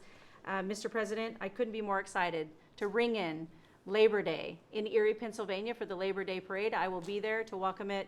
It is an honor to serve this country. It is an honor to serve under your administration as the Labor Secretary, and we will kick off, and Republicans will own Labor Day again, not Democrats. We will own it because we are, and you are the president of the American worker. So thank you for everything that you've done. Thank you very much, Lori. Absolutely. You're doing a fantastic job, and I will tell you that Lori was recommended by the Teamsters. And I said, that doesn't really work, does it? And it turned out to be one of our best choices. So I just want to thank you and Sean, who, as you know, recommended you very strongly. You really turned out to be a gem. Thank you. I was able to talk to the president on the phone the other day. He called and we visited, and he said, but I know that you were, a little bit middle of the road and not so sure. I said, Mr. President, I have been a Republican. He's like, what? Wait, what? Now I like you even more. I said, You're doing a I great job. appreciate it. Thank you, Lori. Thank you. Thank you. Pam? President, I'm working with everyone around this table almost daily on legal issues that we're winning on. But today, because it's Labor Day, President Trump, if I could focus on public safety, not only domestic, but from our foreign adversaries. And Secretary McMahon, I know you know, kids are out of school this weekend. It's Labor Day. And Secretary Duffy, you know, our highways are going to be packed with travelers coming to not only our nation's capital, but all over this country. We're also going to have boaters, Secretary Duffy, right, on our waterways. It is illegal to be under the influence and on a boat. So get a designated boater if you're out on our waterways, whether it's the Potomac or the Gulf of America or the Pacific. Wherever you're out this weekend, people need to be safe. And on an international level, Secretary Rubio, thank you for all your help on everything we're doing, and everyone around this room. But yesterday, there was a big, big win. El Mayo pled guilty, and he was the co-founder of Sinaloa cartel with El Chapo. And there's even a Narcos Netflix series about these guys. Well, now we know the ending. He's going to die in an American prison. They are one of the worst, El Chapo and El Mayo, some of the worst narco traffickers in our world. And he will spend life in prison now. And that's so important because those guys and others throughout this country, throughout this world, have brought into our country drugs, cocaine, heroin, fentanyl, methamphetamines that's killing our kids. And we have to stop that. And that's what you've been doing not only in DC, but around the country at your leadership. And over the weekend, parents need to know, with kids out of school, with people out on our highways and on our waters, do not take a pill from anyone you know, don't know. Do not buy anything on the street. It could be laced with something toxic. We've seen so many fentanyl overdoses. And when you were here in DC, we showed you pictures of some of the drugs that had been seized right here in DC. President, they were packaged for children, and people are dying from these around our country. So thank you, President Trump, for your leadership and for letting Americans know that it's now a safe place to go. But parents also have to know, college kids have to know, to be vigilant and not take this trash. Because you could be thinking you're taking a Xanax, an Adderall, anything, and it could be laced with something very lethal. It's a great message. Thank you, President. Great Trump. message, Thank and you, you've been fantastic this last 12 days in DC. The job you and your whole group has done is, All of us. everyone's talking about it all over the world. I hate to have to talk about that, but we have to. It's becoming a very safe place again, and the work, I've seen how hard you worked from the beginning, in all fairness, but this focus on DC is so important for the country, so great job. And to everybody, great And job. President, it's a team around. We're all working hand in hand, side by side, all of our agencies together to make America safe and DC safe. And Iris, congratulations on your baby, and I'm so glad that you're safe now. Thank you, Pam, very much. Mr. VP, would you like to say something? Yes, sir. I'll be brief, but I want to congratulate you and the entire team on all the things that have been accomplished. You'll hear about a lot of it. You've already heard some of it, but I thought it would be helpful, Mr. President, just to take stock, not just of what we've accomplished, what we will accomplish, but of the mess that we inherited, because I think it makes this first Labor Day a bigger and more special occasion. You heard, I think, Christy talk about this, that all of the net job growth under the Biden administration had gone to the foreign born. Now that net job growth is going to American citizens who deserve opportunity in their own country. That's a great accomplishment. You'll hear, I'm sure, Scott talk about the success with tariffs. People forget that we inherited the largest peacetime deficit in the history of the United States of America.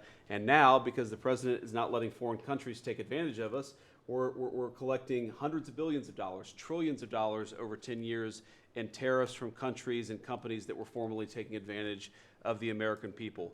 You heard Pam talk about the public safety and the success that we've had there. I happen to believe that maybe the most sacred thing that we can deliver to American workers is the ability to live safely and comfortably in their own neighborhoods. Public safety is not just something that should belong to the wealthy. It should belong to every working man and woman in the United States of America. And because of the work of this administration, that is happening. And of course, Mr. President, you yourself talked about the inflation mess that we inherited under the Biden administration. Maybe the most striking and even shocking statistic of the Biden administration is that housing costs had gone up by 100% over the 4 years of the Biden administration, literally doubled, making the American dream of homeownership unaffordable. We've made great strides and great progress already, but to the American people who are listening, there's a lot more to do. We're going to keep on working hard at it, but it's an honor to do this job under the president's leadership and with this very great team that you've assembled. So we've done a lot, but there's a lot more work to do, and we're very cognizant of it. Thank you, sir. Great job, thank you, JD. Scott? Sir, as we've said very often, economic security is national security, and our country has never been so secure thanks to you. You have brought us back from the edge. You have the overwhelming mandate from the American people. You're restoring confidence in government, a topic that is on the front of everyone's mind, the Federal Reserve. The Federal Reserve's independence comes from a political arrangement between itself and the American public. Having the public's trust is the only thing that gives it credibility, and you, sir, are restoring trust to government. You are weeding out the waste, fraud, and abuse, and the old ways of doing things are not good enough. We are seeing a blue-collar boom. In the first 7 months of your administration, real blue-collar wages have taken off. And the only other time that they've done this in the past 70 years was in your previous term. Your efforts on tax, trade, and deregulation have boosted paychecks for American workers while slowing the pace of inflation and lowering the cost of energy. Inflation has plummeted to just 1.9% since you took office, and the economy rebounded with real GDP surging 3% last quarter. The blue-collar boom coincides with a CapEx comeback. In anticipation of your one big beautiful bill becoming law, CapEx increased by American businesses by nearly 14% in the first half of this year. And as you and I talk about frequently, and as that chart or that photo attests, we are going to see, I believe, a bigger CapEx boom from here. This is just the beginning, just the beginning. You have saved this country by making it the best place in the world to do business again. Treasury is helping to implement these new provisions, as well as no tax on tips, no tax on overtime, and no tax on Social Security. This weekend, I will be meeting with workers from local restaurants to discuss the positive impacts of the pro-labor reforms on no tax on tips. And I have to tell you, thanks to you, when I go into a restaurant or stop by a hotel doorman, I am the most popular person there. And since my first job at age 9 was as a busboy getting tips, I am going to spend Labor Day going from restaurant to restaurant talking to workers who receive substantial amount of tip income. So I'll hear directly from them how your one big beautiful bill is increasing their take-home pay and making a big difference. Now, we can also talk, that is domestic. On the international front, you have leveled the international trading system whereby countries took advantage of us, and that's over. It's over. The Treasury Department is taking in record tariff revenues that I had been saying was running at a rate of $300 billion a year. You chastised me for saying that it's not, that number is too low. And as usual, you're right, that we had a substantial jump from July to August. And I think we're going to see a bigger jump from August to September. So I think we could be on our way well over $500 billion, maybe towards the $1 trillion number. This administration, your administration, has made a meaningful dent in the budget deficit. The average budget deficit during this term is 26% less than the last 12 months under Biden.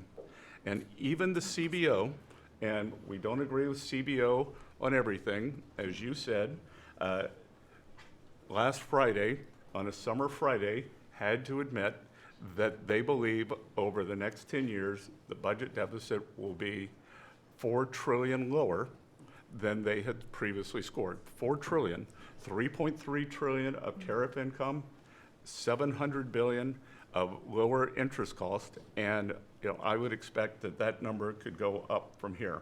So, Mr. President, your return to the White House marked the return of the American worker. Thank you for reclaiming Labor Day for the American people. You're growing the economy for everyone, especially the middle and lower income households who suffered disproportionately under the last administration, and it's an honor to do this under your leadership. Great job. You're doing great. Thank you very much, Scott. Brooke?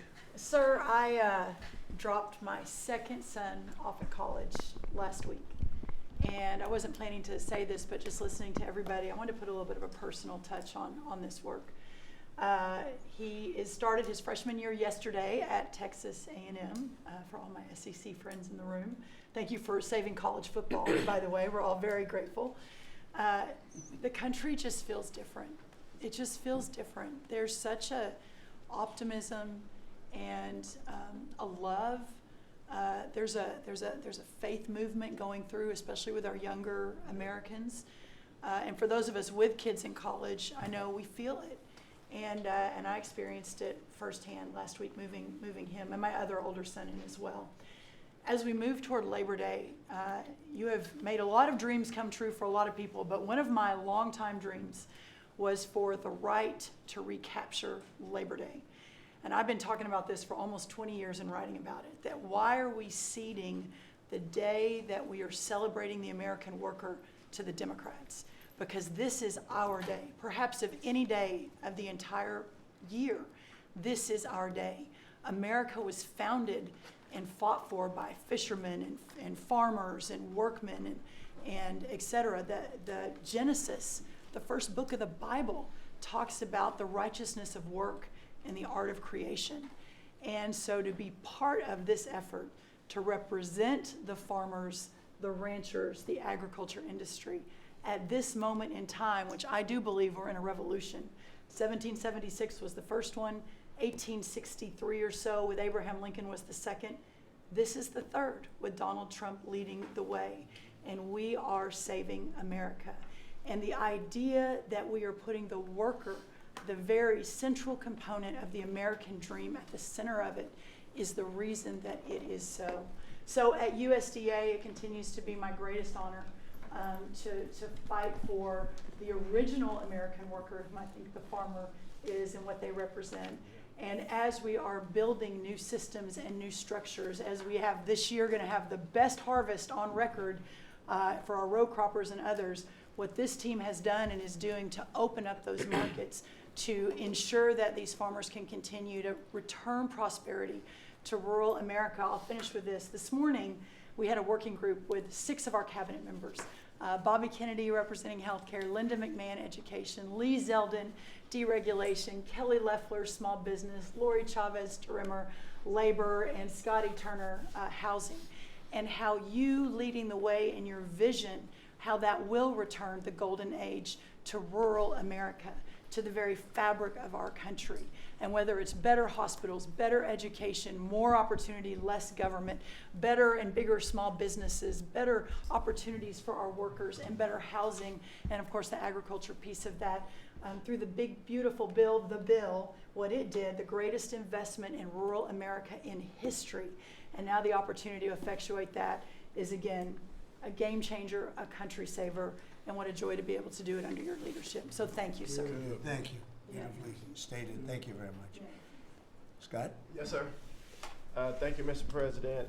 I'm so grateful to be here to celebrate Labor Day with the greatest team in America. And it is football season, so I'm happy about that. But Mr. President, I want to say thank you for, as Brooke said, reclaiming Labor Day. And you've been a tremendous champion for the American worker. I come from a hard-working family, as many people around this table do. And so thank you for helping us to change the conversation. And I believe we are changing the conversation around the kitchen table. And as everybody knows, you know, my job is to steward HUD. And we have at HUD been very intentional about changing the conversation about the dignity of work and the dignity and the honor of family formation through work. And how the younger generation, when they see their parents work, how they're incentivized to work. And that, you know, America is not a welfare state, but America was built on small business. It was built on entrepreneurship. And so as it pertains to housing, we're being very focused on that, and even some that receive HUD funding to make sure, like our Section 3, when you receive HUD funding, that you are given opportunities for the most vulnerable Americans that you serve to have work, to have opportunities to work, to have work requirements. Work requirements are not a bad word, that's a great word. Time limits is a great word. To incentivize people, able-bodied, able-minded people to work. And I believe that we are, under your leadership, sir, changing that conversation in America to where working is an honorable thing. And Secretary Wright talked about revitalization. Revitalization means to bring new life. And I believe we're bringing new life to America, Mr. President, through work and through all the jobs that people are doing around this table. And with the One Big Beautiful Bill, the most extensive tax break in American history, opportunity zones are now made permanent. And you know how passionate I am, and you are too, sir, about opportunity zones. And so this will allow us to continue to build affordable housing around our country. And Mr. Vice President, I'm coming your way. I'm coming to Columbus later this week and to see how we can continue to build affordable housing in our country with opportunity zones. And you know, 1 million people, Mr. President, were lifted out of poverty because of opportunity zones. $90 billion of private money was invested in opportunity zones, urban, tribal, and rural. And now that they've been made permanent, we're looking for millions more to be lifted out of poverty, $100 billion to be invested, hundreds of thousands of jobs to be created, hundreds of thousands of units of housing to come online. And so, sir, I sit here very excited about the future of this country. I'm very proud to be at this table, humbled to do so. And HUD, we're on a good path. So thank you for all your support and helping us, sir. Thank you very Okay, much. God bless you. And I want to give credit to Tim Scott, great senator from a place called South Carolina that we love, right? And Tim really came up with opportunity zones, and we did a good job of working with him, and together we created something that nobody speaks of very much, but it's probably the most successful thing that's ever been done of its kind. It's been amazing. So Tim Scott deserves a lot of credit for that. Okay? Thank you. Thank you.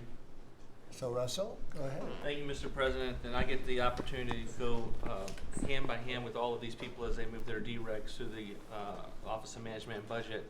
And I wanted to zoom out for a second. In the first term, you gave us a goal of 2 for 1. And then we outperformed it through your leadership. We came in at around 5.5, 6 for 1.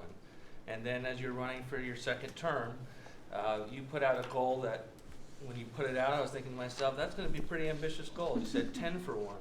Well, where we are right now, in just 1 month, in 1 year, basically 8 months, we are at 245 deregulatory initiatives planned by these agencies. That comes out to 30 for 1. So we are making incredible strides, and you know, as you're focused on the details of each one, I mean, these aren't small things. Endangerment finding is one of the most deregulatory things in the history of this country. NEPA reform, incredibly deregulatory.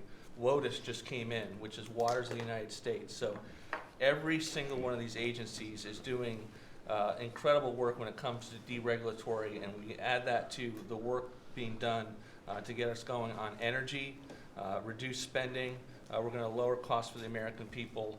We're going to be able to have innovative jobs and get them back to work. So thank you for your leadership, Mr. President. Thank you. Great job, Russell. Appreciate it. John? Central casting, I call it. Central.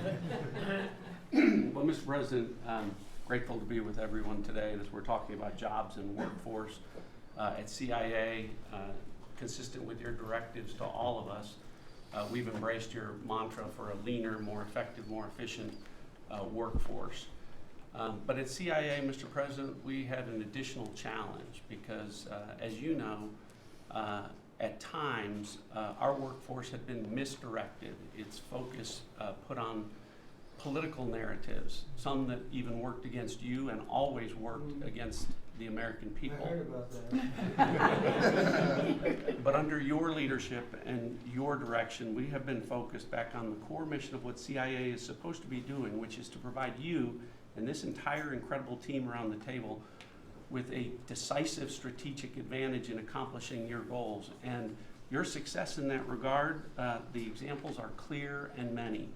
With regard to Iran, everyone knows that our DoD partners executed that mission flawlessly. But flawless military operations are subject to flawless intelligence. And as you know, Mr. President, CIA was the backbone in terms of its intelligence operations in providing that flawless execution that allowed you and your team to obliterate Iranian nuclear facilities and set back a nuclear program by years. Likewise, with regard to your ability to prevent and to preempt wars between India and Pakistan, between Armenia and Azerbaijan, between Rwanda and the Democratic Republic of Congo, in all those cases, CIA intelligence supported you and your entire team in making that possible. It's not just you, it's folks around this table, Secretary Bessent, Secretary Luckman, Trade Representative Greer, and their great successful negotiations on trade and tariffs. Again, it was a CIA workforce working to enable them to accomplish your goals. So as we roll into Labor Day, I tell you that the CIA workforce at the Trump CIA is grateful to be focused on what it's supposed to be, which is helping you prevent and end wars and to make America safer. Thank you very much. You've been really fantastic, but I'm not surprised. I've known John a long time. I'm not surprised at all. Thank you very much. Steve, please. Mr. President, working for this government, for you, is the greatest honor of my life. I tell it to everybody, and I really do feel that way, and I thank you, because it's a privilege to go out there and represent you in your humanitarian effort, in your goals of solving conflicts all over the world. I think there were actually more than 7 conflicts that you've put to bed in the last 8 months.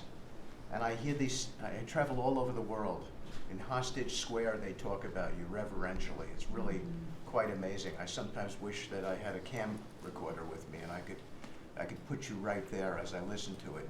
I was in Gaza, the first American diplomat, on your behalf, and as we delivered food and aid pursuant to your new aid initiative, pushed forth by your great Secretary of State, Marco Rubio, who it is a privilege for me to work alongside. The people were applauding you. The signs were up. I mean, these are people who I just don't think you get the proper credit for it all. We are negotiating multiple entries into the Abraham Peace Accords because of your vision. Azerbaijan, all these different conflicts that we're out there on your behalf on, these are people who have never really seen the world change in this way. Peace through strength really, really works. Russia, Ukraine, Iran, Israel, Hamas, we're having meetings all this week on all 3 of those conflicts, and we hope to settle them before the end of this year. Your team is nothing short of incredible. And there's only one thing I wish for, that noble committee finally gets its act together and realizes that you are the single finest candidate since the this Nobel Award was ever talked about to receive that reward. Beyond your success is game-changing out in the world today. And I hope everybody one day wakes up and realizes that. Amen. Well said.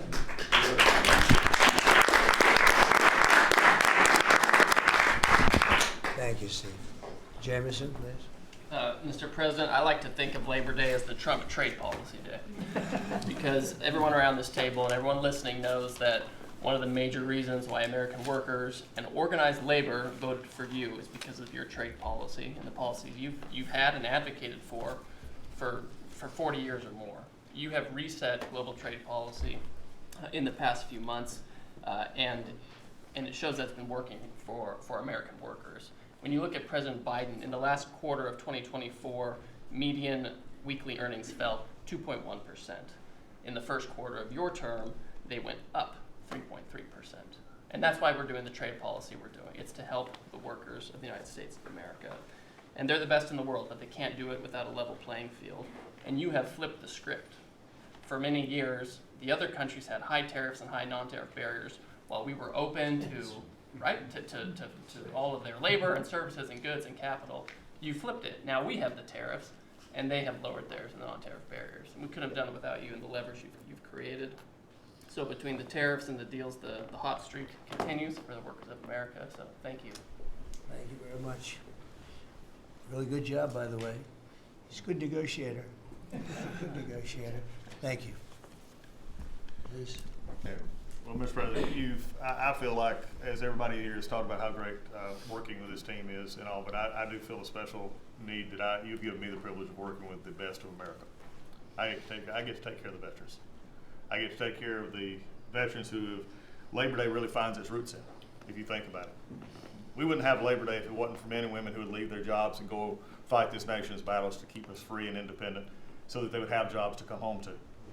And over the past few years, they've been coming home to many times a government that was keeping them back, holding them back, taxing them, regulating them.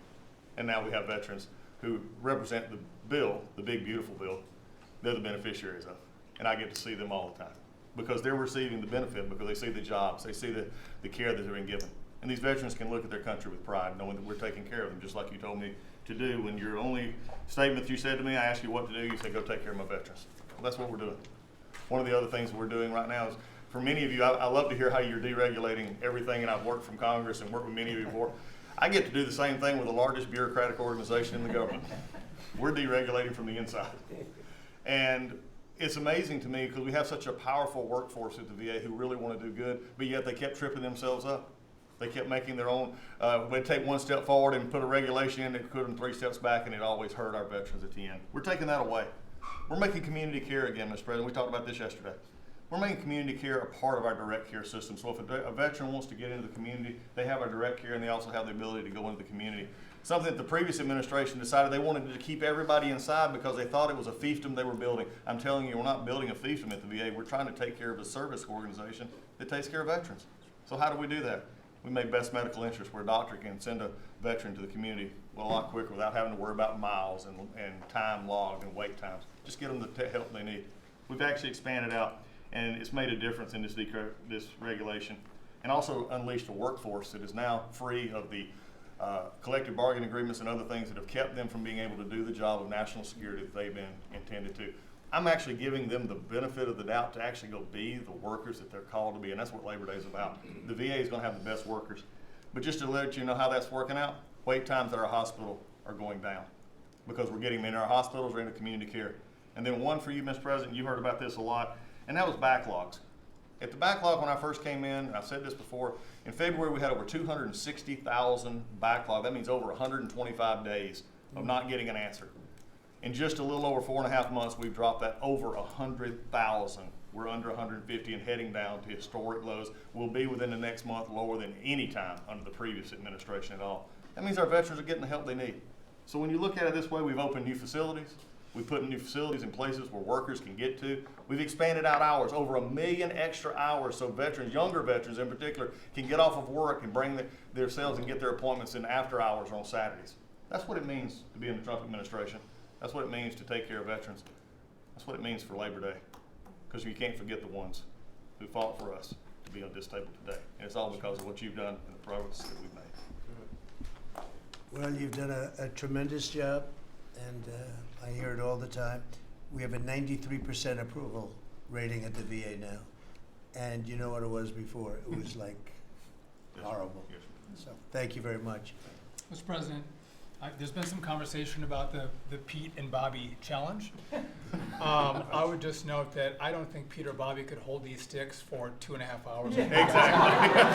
If they want that to be the challenge, so be it. But I think 50 pull-ups and 100 push-ups might be You know, easy it is compared to impressive. it. Really It is. We didn't have this problem with Biden. It was in and out very quickly. So kudos on Labor Day to the audio team that's holding the sticks. But Mr. President, it's pretty great to celebrate Labor Day with a builder who loves labor, who loves the men and women who built this country, the people that sweat, that have great skills, they have grit. They do the dirty jobs of America that have made this country great, and you know them very well because you have worked with them. The great Trump projects have come from the very men and women we're going into this weekend to celebrate. We all want to claim Labor Day in our departments, but I'm going to claim this at DOT because, you know, roads, bridges, pipelines, shipbuilding, rail, passenger, and freight all fall under the great men and women who wear boots and make this country wonderful. And at DOT, we don't want to have the Congress spend money. We want to take the money that Congress gives us and actually deploy it and put these men and women to work building the great projects of this country. That you said, the big, beautiful projects that connect this country. And that's why we have got rid of the DEI. We've got rid of the green. We've done what we can to streamline the regulation to move these projects faster. Time is money, and time has been money. Even Democrats agree now that it takes too long to go through the regulatory process. So we're going to move these projects faster, putting the great American worker back to work. I want to make a quick comment. We've all probably talked about this horrific accident in Florida, and I appreciate the help of Christy and Marco on this very issue. But in May, we said, listen, it's a safety issue if you can't proficiently speak the English language. And we gave states a little over a month to comply. And Washington, California, and New Mexico have refused to comply. And by the way, this individual in Florida received a CDL from Washington, from California, and received a speeding ticket after our rule went into place, and they didn't stop him. And had they taken him out of service, he wouldn't have been in Florida, and we would have 3 beautiful people alive today. And I make that point because it's the work that maybe no one sees that then shines a light when horrific things happen, but also that your cabinet works together and teams up to make a difference for the American people. Real quickly, so we have a safety mission at DOT. I don't know that you'd think of the transit unions in the greatest cities of the country, New York maybe being one of them, that support us, but they do, because the violence in the subways and on our buses across the country, the transit workers are the ones who take the most abuse.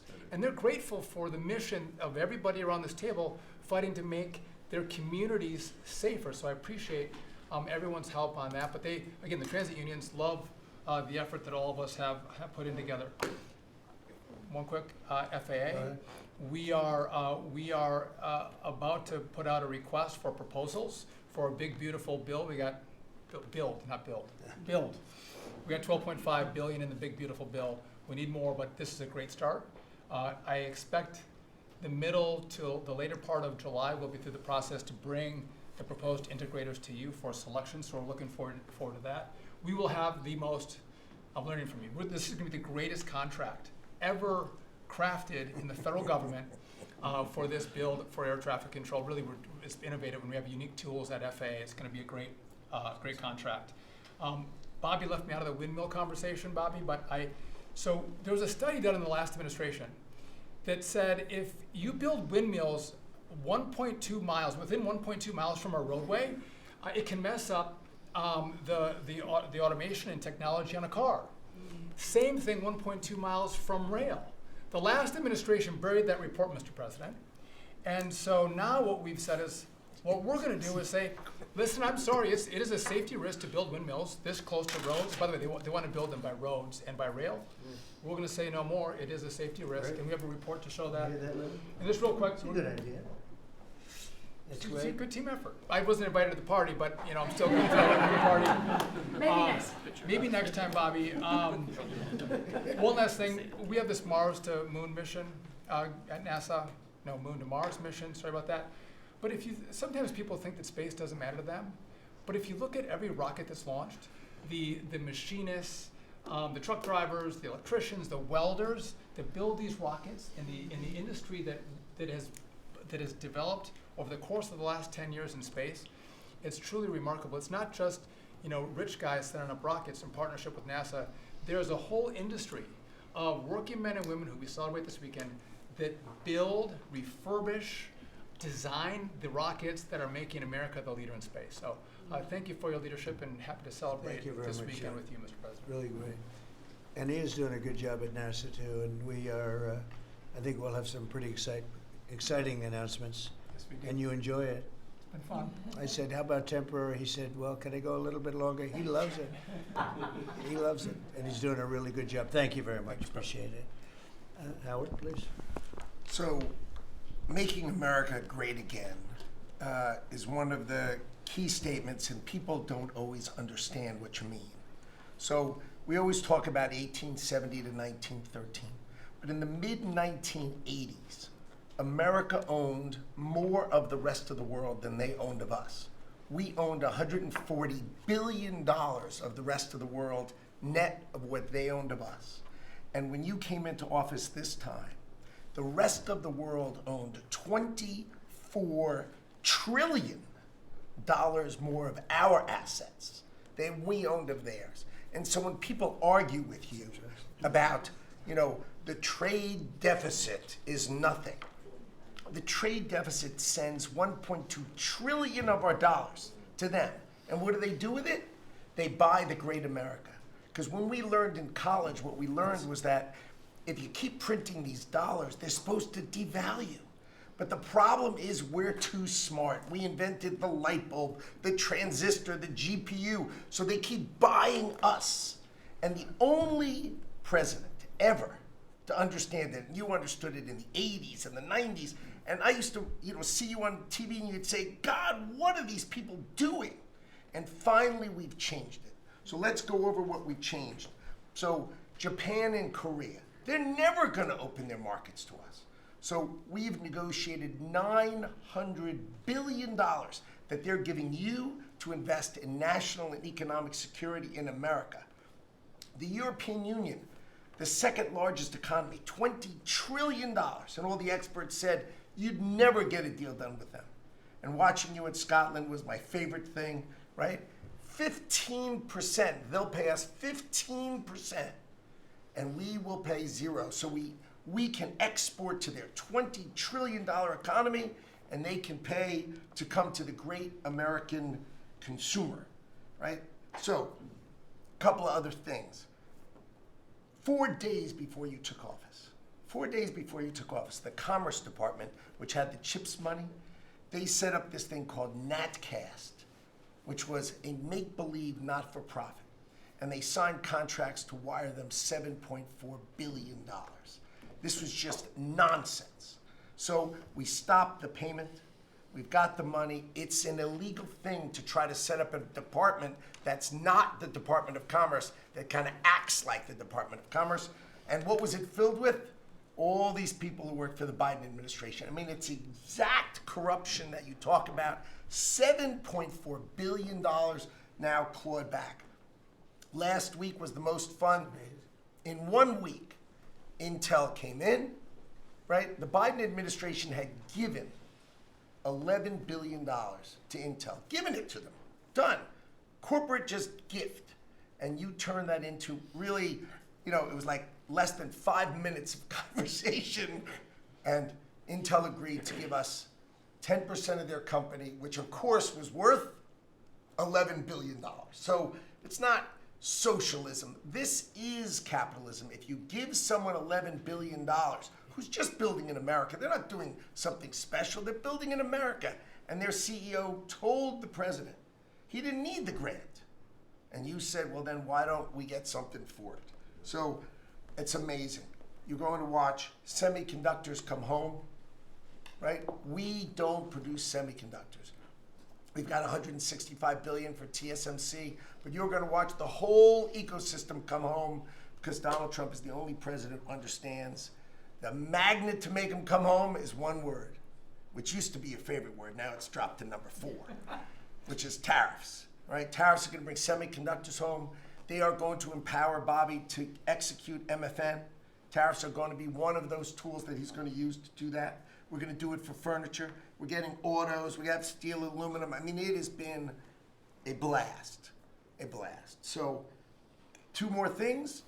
The Department of Commerce is going to start issuing its statistics on the blockchain because you are the crypto president, and we are going to put out GDP on the blockchain so people can use the blockchain for data distribution, and then we're going to make that available to the entire government so all of you can do it. We're just ironing out all the details so we can do it. Patents. We have given tens, if not hundreds of billions of dollars to universities for them to do research, and they invent things. And you know who owns those patents? The universities. So we are going to make a deal with them all, which is if we give them the money, don't you think it's fair that the United States of America and the taxpayers who funded it get a piece of that, right? So we wrote a letter to Harvard, so Linda and I working together. I mean, it's so much fun to work with everybody here. I mean, we just have a blast, you know, because Linda's hitting Harvard and she says, what can we do? And now we send them a patent letter and we'll hit them again. So we're having fun together. This is the greatest cabinet working for the greatest president, and I just want to say thank you. I'm having the time of my life working for you, Mr. President. Thank you. That was very well stated, wasn't it? Some things people don't think of too much. Thank you very much. Great job. Pete? Sir, well, amen to what Howard said. And I would just say, heading into Labor Day from the American military, sir, we happen to be the largest employer in America. We like to think we have a different form of employees. Yeah. Who need to be the toughest and the strongest and the most well-trained and the most lethal. And under the previous administration, and for decades, frankly, it was social justice, it was political correctness, it was divisive ideologies seeping into the ranks and changing how well we do our job. No more.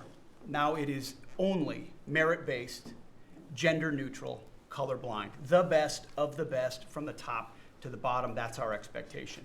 And sir, you've enabled that. So from the troops directly, which they ask me to say all the time, thank you for your leadership, for your boldness, for your clarity, for common sense, for providing a shield for the rest of us to put America first, and to apply peace through strength. We're in the strength business. That's our job, is to stand behind everybody here and alongside John in everything they do to keep the country safe. And the world is noticing. And I wish everybody could. There were 2 meetings yesterday that I think tell the story. One was, because today happens to be the 4-year anniversary of what happened in Abbey Gate in Afghanistan. Mr. President, you had the families in, who you've met with multiple times, who, when the cameras were on and not on, acknowledged, sir, you were the only one that gave them a proper greeting, that recognized what they gave their sons and daughters in the debacle that was the withdrawal in Afghanistan, that we will bring accountability for at the Defense Department through our investigation. That's good. But at the same time, the world sadly took notice, whether it was Israel, whether it was Ukraine. Those wars never would have started if you were president. Instead, they looked at the foolishness of Joe Biden.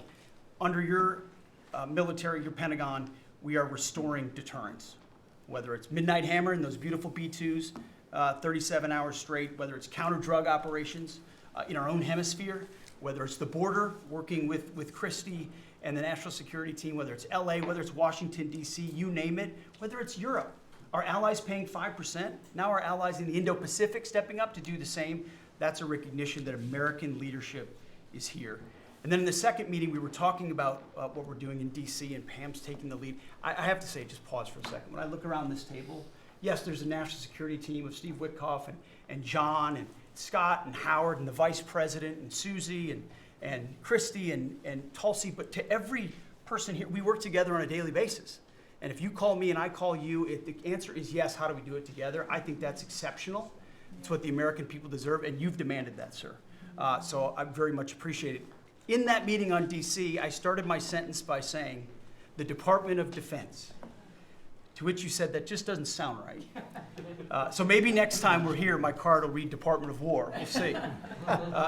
But it's not, here's the thing, here's what people miss. It's not just about words. It's about the warrior ethos. It's about what the department is supposed to do. George Washington started the Department of War because he wanted us to win our wars. Our founders didn't want endless foreign entanglements. They didn't want endless contingencies and deployments. They wanted an empowered military that was, the handcuffs were taken off to fight to win, and then bring those troops home. So my platoon in Guantanamo Bay, our motto was, those who long for peace must declare for war, must prepare for war. We don't want war, we don't seek it. You are the peace president, sir. Because we are strong, our enemies know what we will do. And so whether it's Secretary of War or Secretary of Defense, that warrior ethos is changing. We're going back to basics. Our drill instructors can be drill instructors again, sir.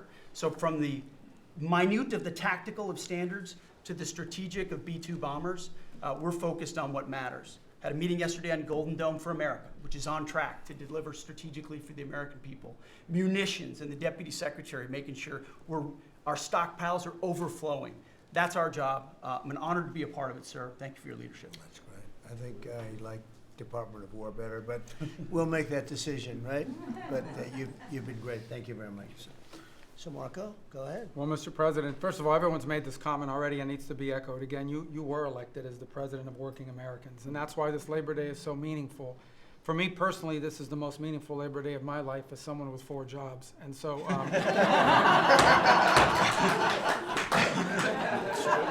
It's true. And but on the point of, you made it very clear from the outset, even in foreign policy, everything we did has to be pro-American. It has to make America stronger or safer or more prosperous. And there's just a few things I want to touch to because it involves your team under your leadership making it happen. The first is, for the first time in the modern era, we are truly on offense against organized cartels that are pumping poison, killer poison, into our cities. And that's a team effort. It's Christie's team, it's Pete's team, it's Pam's team, and obviously it's under your leadership. And by the way, we're getting incredible economic international cooperation. Countries just in the last week, Ecuador, Paraguay, Guyana, Trinidad, today Argentina, all joining us or trying to be helpful in advancing this. And this just, one thing is we're going to stop drugs from coming in and we're having record seizures, but another thing is to build an international coalition against the scourge on the international stage. The second is mass migration, illegal mass migration. which is dangerous for the country but harmful for American workers. What's happening on the border is essential, but it's not just what's happening on the border. And again, Christy and her team have been essential in this. We have countries all over the world that are actually helping us, whether it's through safe third country agreements, whether through it's stopping the migration flow from coming here in the first place, incredible international cooperation. You've redefined our border. It's no longer just our physical border. We are doing things ahead of time to prevent this from happening and getting cooperations from countries that we've never seen before. And last, I would say, and Steve touched upon this, who, by the way, is doing a phenomenal job. Steve is both a great negotiator and he's also a nice guy, which are two tough things to pull off together. But it's incredible. But we both work for the peacemaker in chief. Think about it, how fortunate we are as Americans to have a president who's made peace a priority. And just since the last time we've met, there was a war going on in Cambodia and Thailand, between Cambodia and Thailand. The president just picks up the phone and tells them to stop fighting, and within 72 hours, the fighting had stopped. You know, there's no other leader in the world that could have done it. And the fact that you were willing to spend time to do that and to make it happen is, of course, essential. And then the war that didn't happen because of Azerbaijan and Armenia coming here to sign that peace deal, which is historic in so many countries. You know how many countries said, "I think it's never going to happen, it isn't possible." And it occurred, Mr. President, because of your leadership. And then on a point of personal privilege, I wasn't even going to raise it. I haven't even talked to you about this. It's a little controversial, but I think I need to bring it up at this time of year. This thing about people getting married on Saturdays during college football season is a scourge, Mr. President. It's dividing families. And I don't know if we can have an executive order on this, just saying, but it's really difficult. There's 7 other months of the year that people could get married, so I just wanted to say that because it's very, very difficult. Thank you. Fantastic. Thank you very much. Doug, please. Well, Mr. President, you've heard from around the table how people are grateful to have an opportunity to be part of this team, have an opportunity to work for you, and have an opportunity to serve the American people. And I would say as we head into this Labor Day, the thing that really differentiates you and your leadership and everybody around this table is one word, and that's respect. Because this is a group of people that respect our farmers and ranchers. We respect the people that are in law enforcement. That's a huge change. Respecting the people that are in uniform, respecting our veterans, respecting the shrimp fishermen. I mean, whoever it is in this country, people that are building our roads. This whole group embodies that sense of respect. And when we start with that, then who benefits? We come up with policies that help those people. And what have you done? You've led an opportunity for us to have the lower taxes, way lower deregulation, record amounts of investment that's coming into this country. We're going to be seeing lower interest rates. All of those things coming together is a gift to the working people. The policies are lifting everybody up. There's 140 million Americans that get up and go every day and drive to work. They commute. And one of the most obscene things of the prior administration was their energy policies was creating a hidden tax on those people. The poorer you were, usually the further you had to drive because you couldn't afford the housing if you were working at a hotel, if you're working in a service industry. We were taxing them. A hidden tax on them was the high cost of energy. You're perhaps one of the only leaders in the world that understood the connection between peace abroad and prosperity at home was directly connected to energy policy. You came in and said, we're going to sell energy to our friends and allies. We're going to bring prosperity at home through policies here by having lower energy prices. And we're going to stop funding wars abroad with energy policies that help their adversaries and hurt us.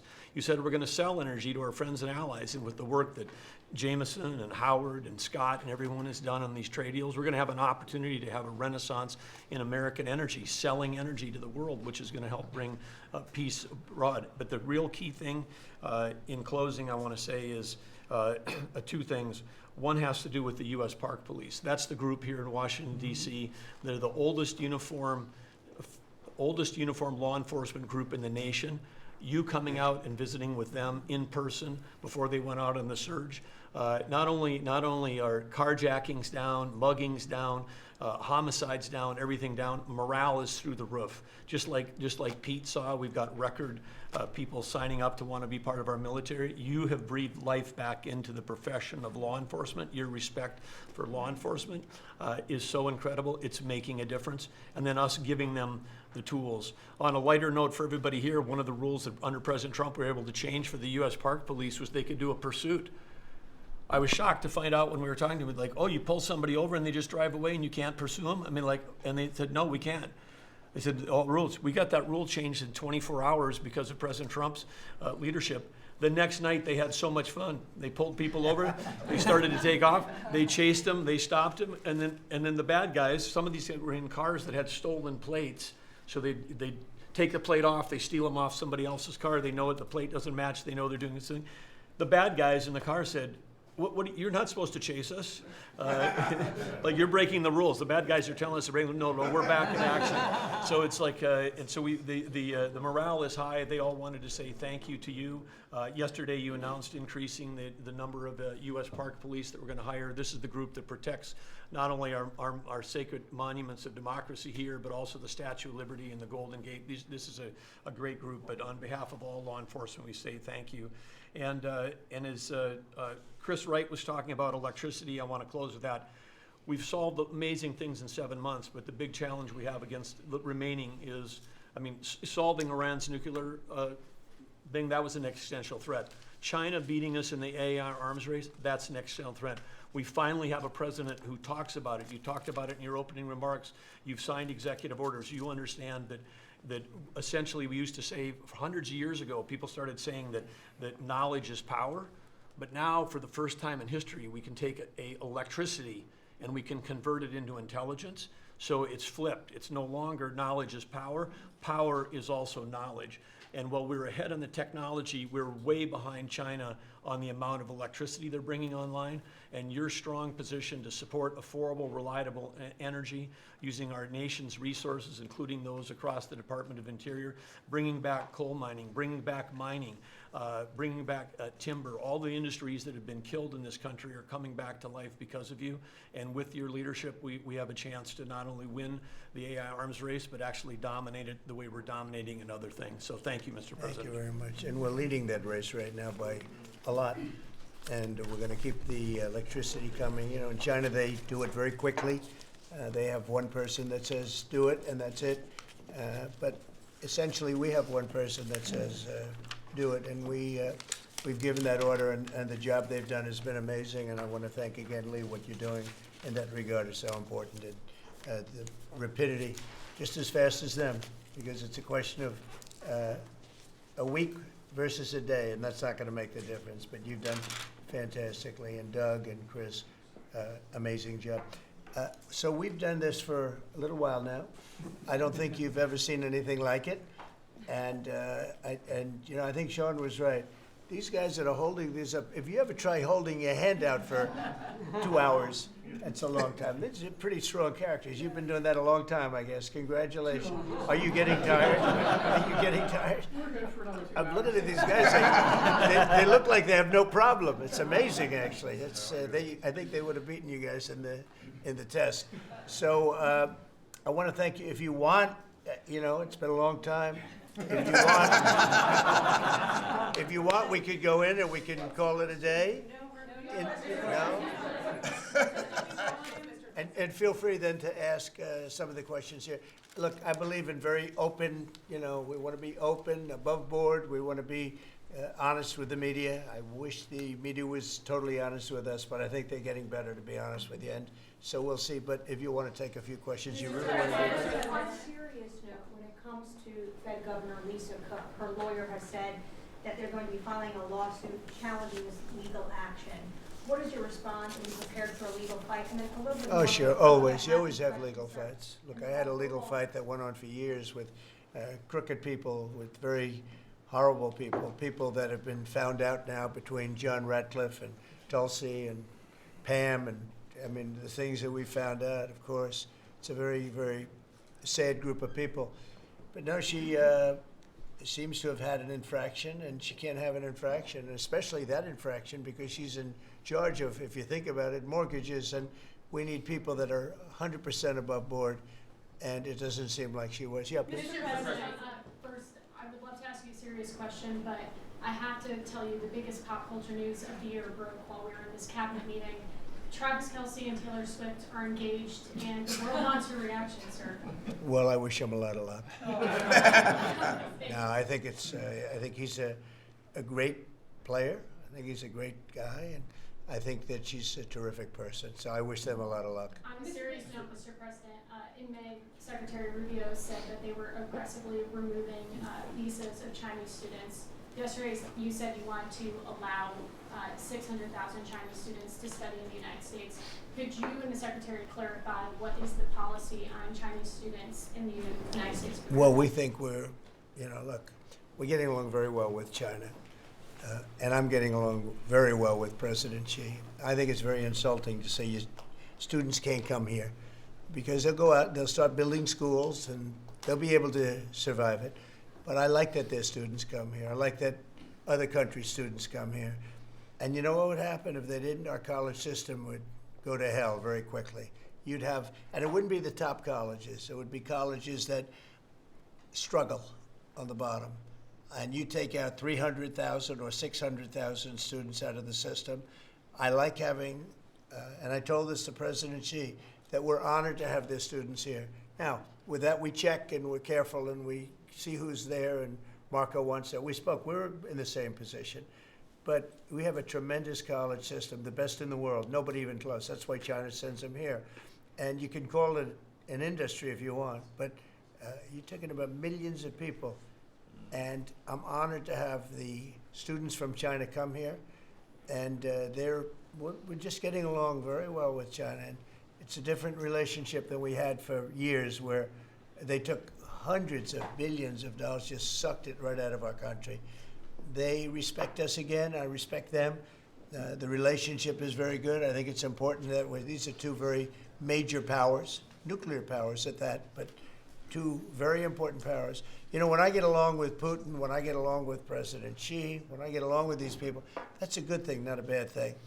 We're tough and we're smart and we're strong. We get along. It's a lot better than not getting along. You had somebody in here before. The war should have never started with Ukraine and Russia. It would have never started. And Putin said that himself. President Putin said that himself.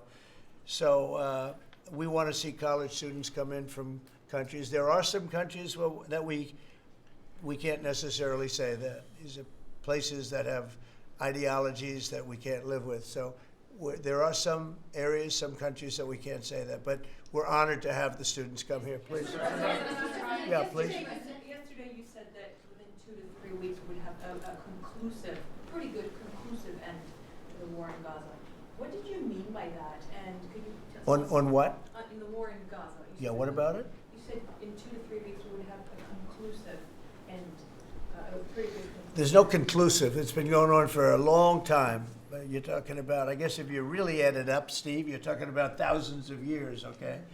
It's been going on there's nothing conclusive, but hopefully we're going to have things solved very quickly with regard to Gaza and also with regard to Ukraine and Russia. Mr. President, who are you considering for the replacement to nominate for Lisa Cook, and what economic background or history are you? Well, we have some very good people for that position, and I think we have some very good people. We're down to, I think I maybe in my own mind have somebody that I like, but I deal with Scott and I deal with Howard, and we're dealing with a lot of people actually that are going to be involved in that decision ultimately. It's a very important decision. As we see, I got a bad recommendation when I went with Jerome Too Late. He's too late. His nickname is Too Late, costing us a lot of money, hurting the housing. Our housing industry is good, but it could be phenomenal.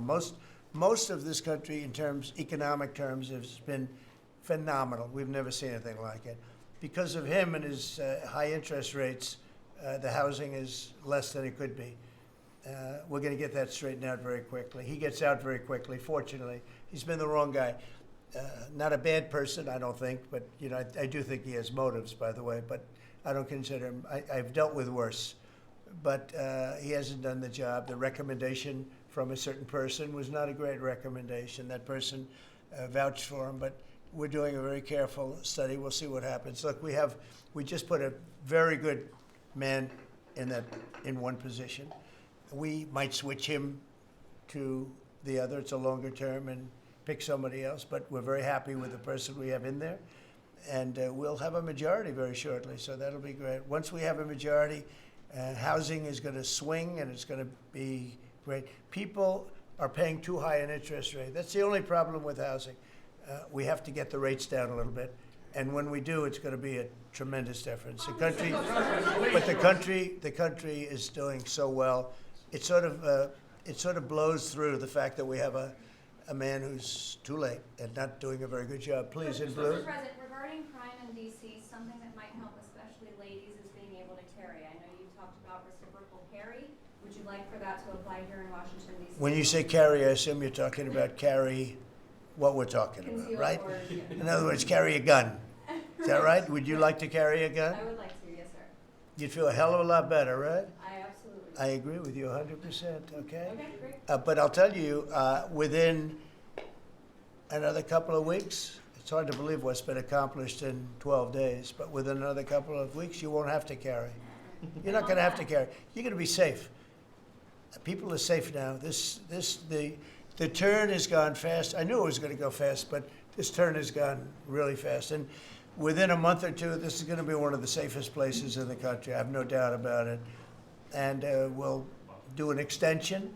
We'll work with Congress, or I could declare an emergency, but I don't think that's going to be necessary. We'll work with Congress. We're going to be working with Congress. I spoke with our great speaker, and I will be speaking to John Thune, and we're getting tremendous support from Congress, especially maybe here. Everybody wants to see our capital be great. Could say be great again. You know, it's such a beautiful place, but if you have crime, nothing looks beautiful.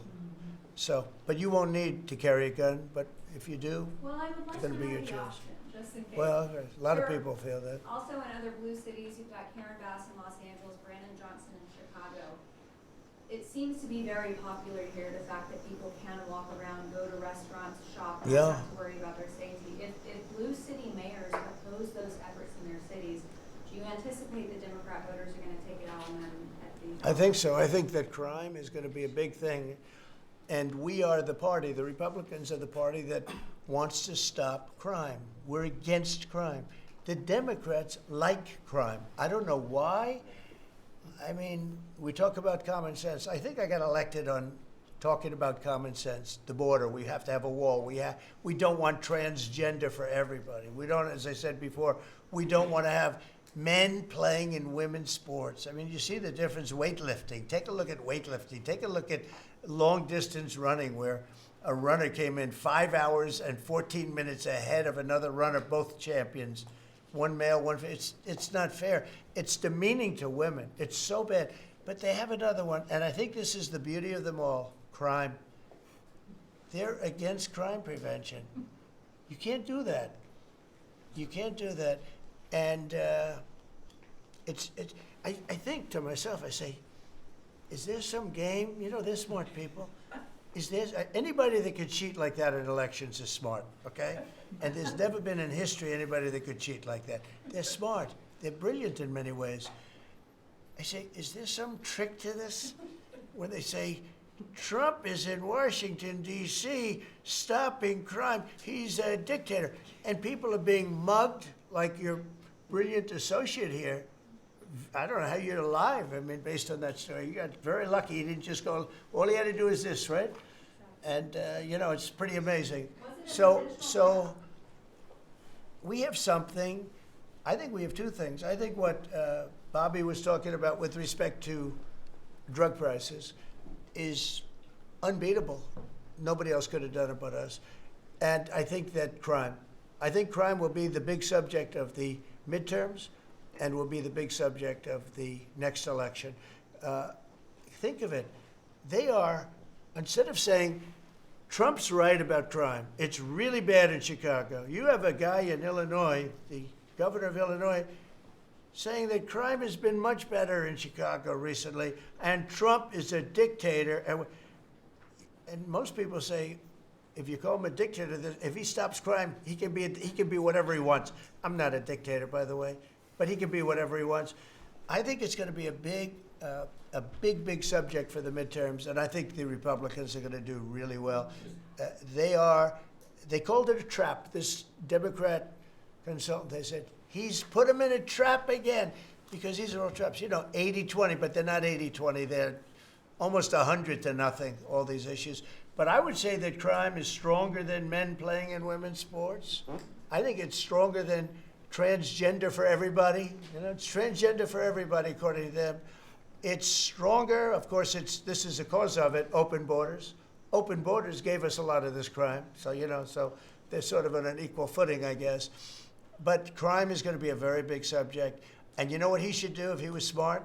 Illinois or New York, if they want, or Gavin Newsom, they should call me and they should say, we've got a problem.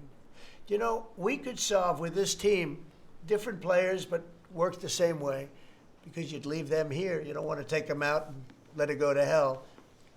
Everybody's so happy and I bet you walked over here today and you had no fear. Nobody has any fear anymore. For the last 12 days. But it would be so smart. Gavin Newsom called me up, say, you know what, we have a big problem. We have the Olympics coming up. We want to do well. We have tremendous problems on crime and other things, and would love some help. Chicago in particular, maybe right now. I mean, it's a disaster. It's a disaster. We could solve their problem it's bigger than this, let's say 2 months, okay? Working with their police. I know their police very well. I have a big project in Chicago. I was so proud of it. It's the best site in Chicago. I got it. Nobody else got it. I was happy as hell. That was when I was a real estate guy, and I got it. The Sun Times site, they call it. And I built the building. It's a great building. And I'm so embarrassed when I see the kind of crime stats coming out there. So embarrassed. And if I were a governor, a Democrat governor, or mayor, or anybody having to do, I'd call up President Trump. I'd say, President Trump, we need your help.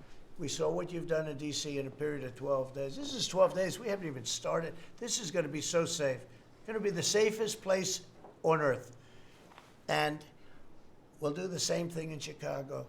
But I'd like to be asked, as opposed to just going in and doing it. Because, when you go in and do it, then they start screaming, oh, he shouldn't be here. We don't need him. We're doing so well. And then the better we do, they take credit for it. So it's really pretty unfair. Yes, go ahead. Crime, for a lot of victims, like myself, a big concern is long-term sustainability.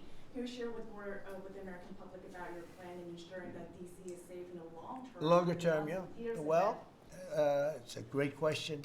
Number one, we want to stay there for longer than 30 days, as you know. We have an absolute mandate, and I can extend it, but I'd rather not have to declare a national emergency, because by that time, right now there's not an emergency. We've done, as you sort of said yourself, it feels like a different world. We've got under arrest and prosecution, and we've taken some, and we're in the process of taking hundreds out of our country that shouldn't be here. And these are hardcore professional criminals. They were born to be criminals, in my opinion, but they're seriously bad people. Murderers, drug dealers, you know them all. You see them all as you walk beautifully to work, and every once in a while somebody puts a gun to your head, because that's what happened in your case. We're getting a lot of them out of the country. We're putting a lot of them in prison because we're afraid to bring them out of the country. They could come back. As good as we're doing, they could come back. We don't want them back. And that's going to solve a lot of it. We also think there should be a presence here for long enough. We should also work with our police department, because you have very good police here. Very good. We're working very well with them, by the way. And we have to work together for a while. We have some people that are very tough and very strong. Working with the police, they're going to be able to handle it.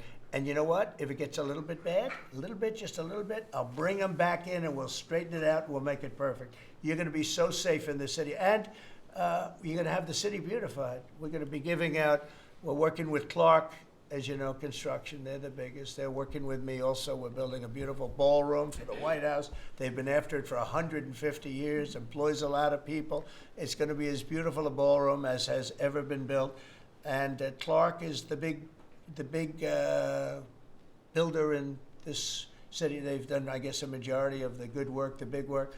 And we're working with them on the beautification, the fixing up of the roads, the fixing up of the medians, between the roads, so cars don't wrap into each other. They wrap into, I have one piece sitting on the ground for weeks. This was a year ago when I had to come in, unfortunately, for fake court cases.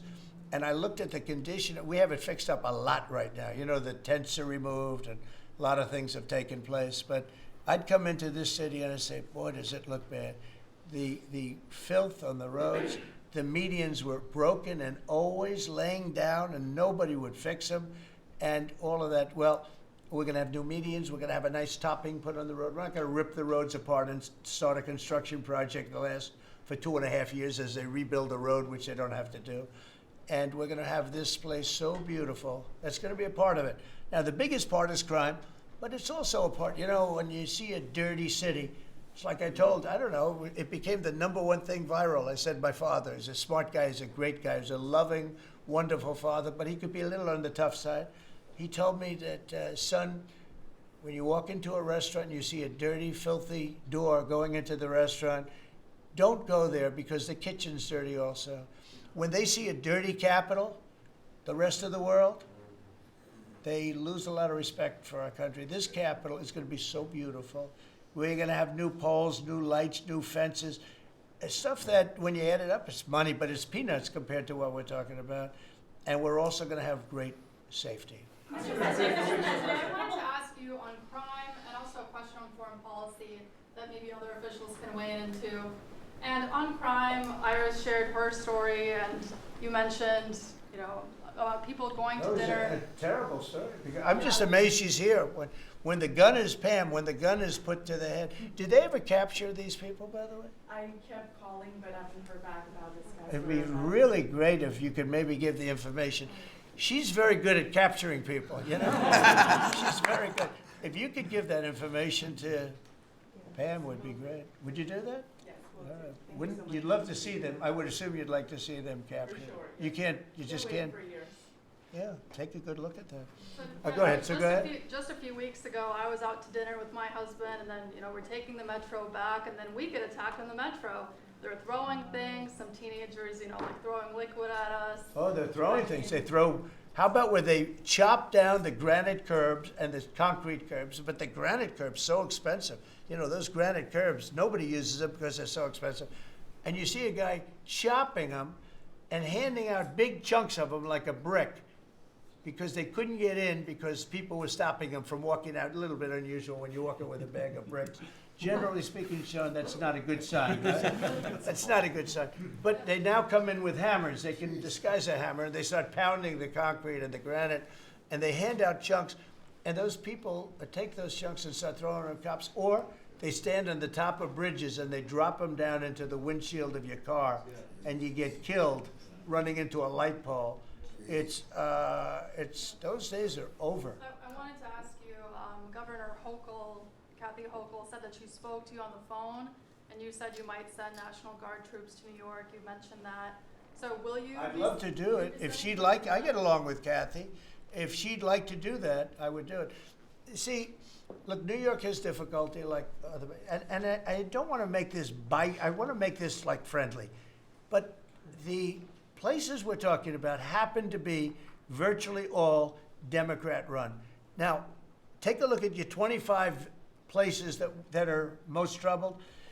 Everyone, except maybe one, and it's way back in number 24 or 25, but essentially 25 out of 25 are run by Democrats, and cashless bail was a disaster. When they did that, and I believe it was instituted first in New York, but when they did cashless bail, that was a tragedy for this, because that's when it really started getting bad. When somebody kills somebody, you don't say you can come out, you don't have to put up anything. You put that person in jail and you find out whether or not it's true, but you don't give cashless bail with a promise to come back in a couple of months, we'll start talking to you. Because they go out and they kill other people, and you can't do that. The cashless bail has been, you know, it's just a woke thing. It's got to stop. You see that, Christy, better than anybody. It's got to stop. It causes unbelievable, and we're doing that. We're stopping it in D.C. I would love to have the governor of Illinois call me and say, look, we have a problem in Chicago. We will stop that problem in Chicago in 2 months, maybe less, 2 months. We'll stop it.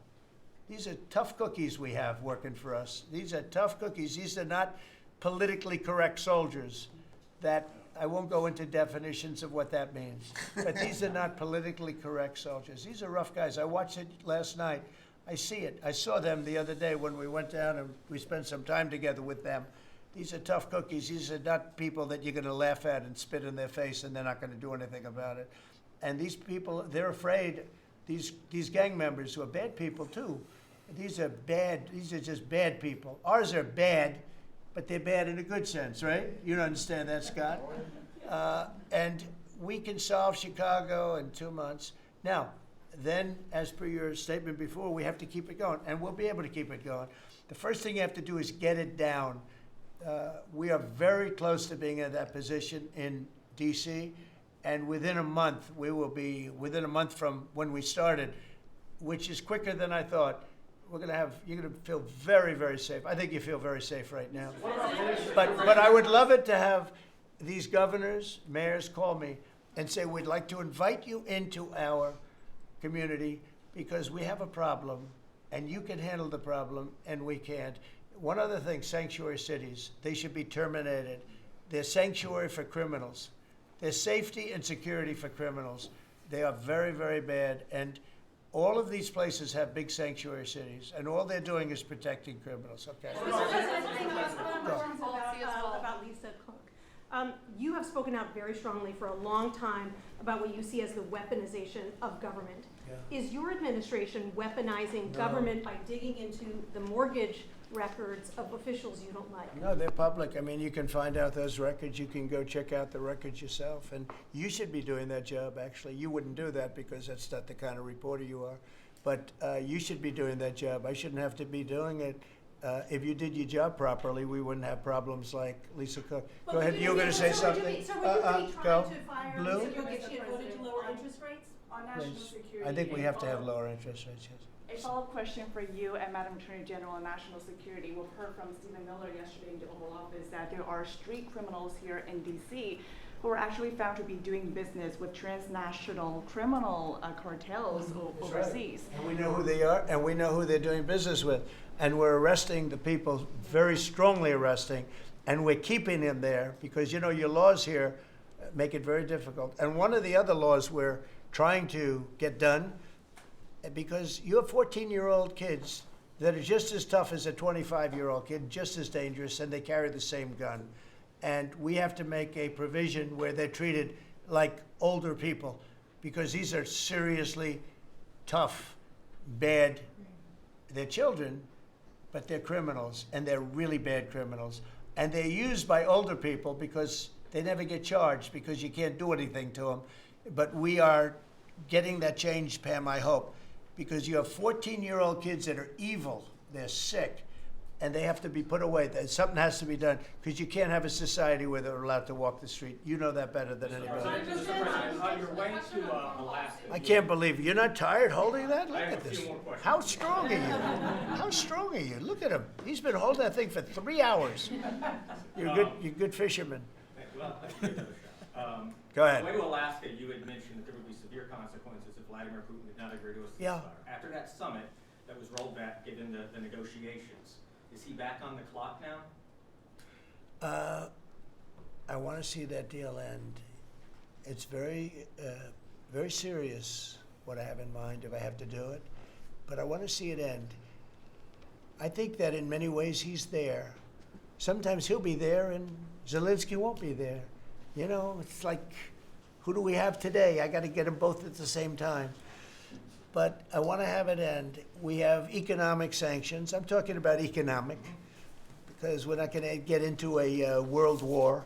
I'll tell you what, in my opinion, if I didn't win this race, Ukraine could have ended up in a world war. We're not going to end up in a world war anymore, but it would have ended up possibly in a world war. That would have been they were ready to trot. But just like India and Pakistan, we're going to end up in a nuclear war if I didn't stop them. You know, it's sort of strange. I saw they were fighting.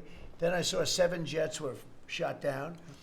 I said, that's not good. That's a lot of jets, you know. $150 million planes were shot down. A lot of them, 7, maybe more than that. They didn't even report the real number. And I'm talking to a very terrific man, Modi of India. And I say, what's going on with you in Pakistan? Then I'm talking to Pakistan on trade. I said, what's going on with you in India? And the hatred was tremendous. Now, this has been going on for a hell of a long time, like sometimes with different names for hundreds of years. But I said, what's going on? I said, I don't want to make a trade deal. No, we want to make trade deal. I said, no, I don't want to make a trade deal with you. You're going to have a nuclear war. You guys are going to end up in a nuclear war.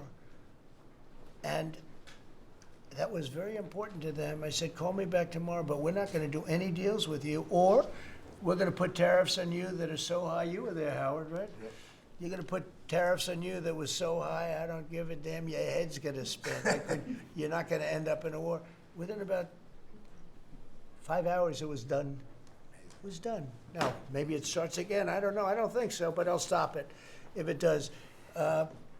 We can't let these things happen.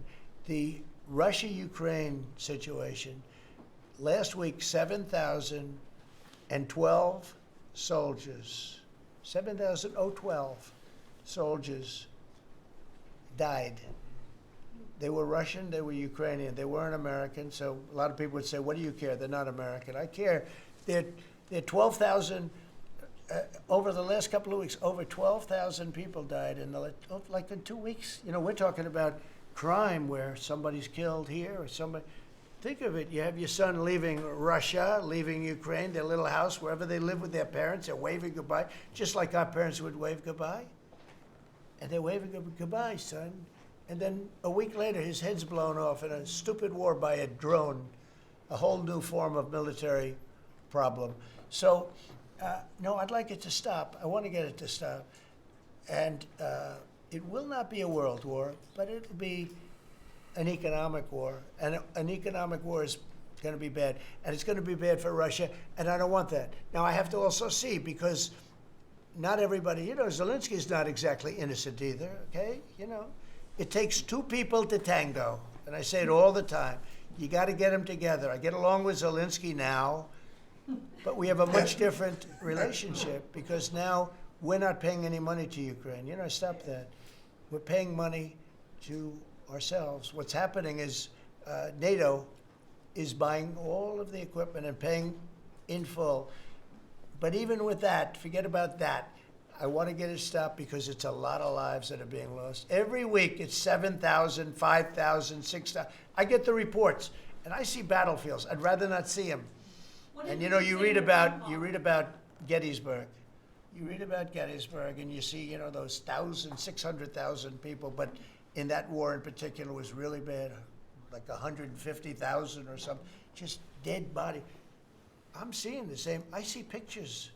I see satellite pictures of heads over here, arms over here, legs over here. And this is like a modern age. It's no different than the worst wars that I've ever seen. And if I can stop it because I have a certain power or a certain relationship, I had a very good relationship with President Putin. Very, very good. That's a positive thing again.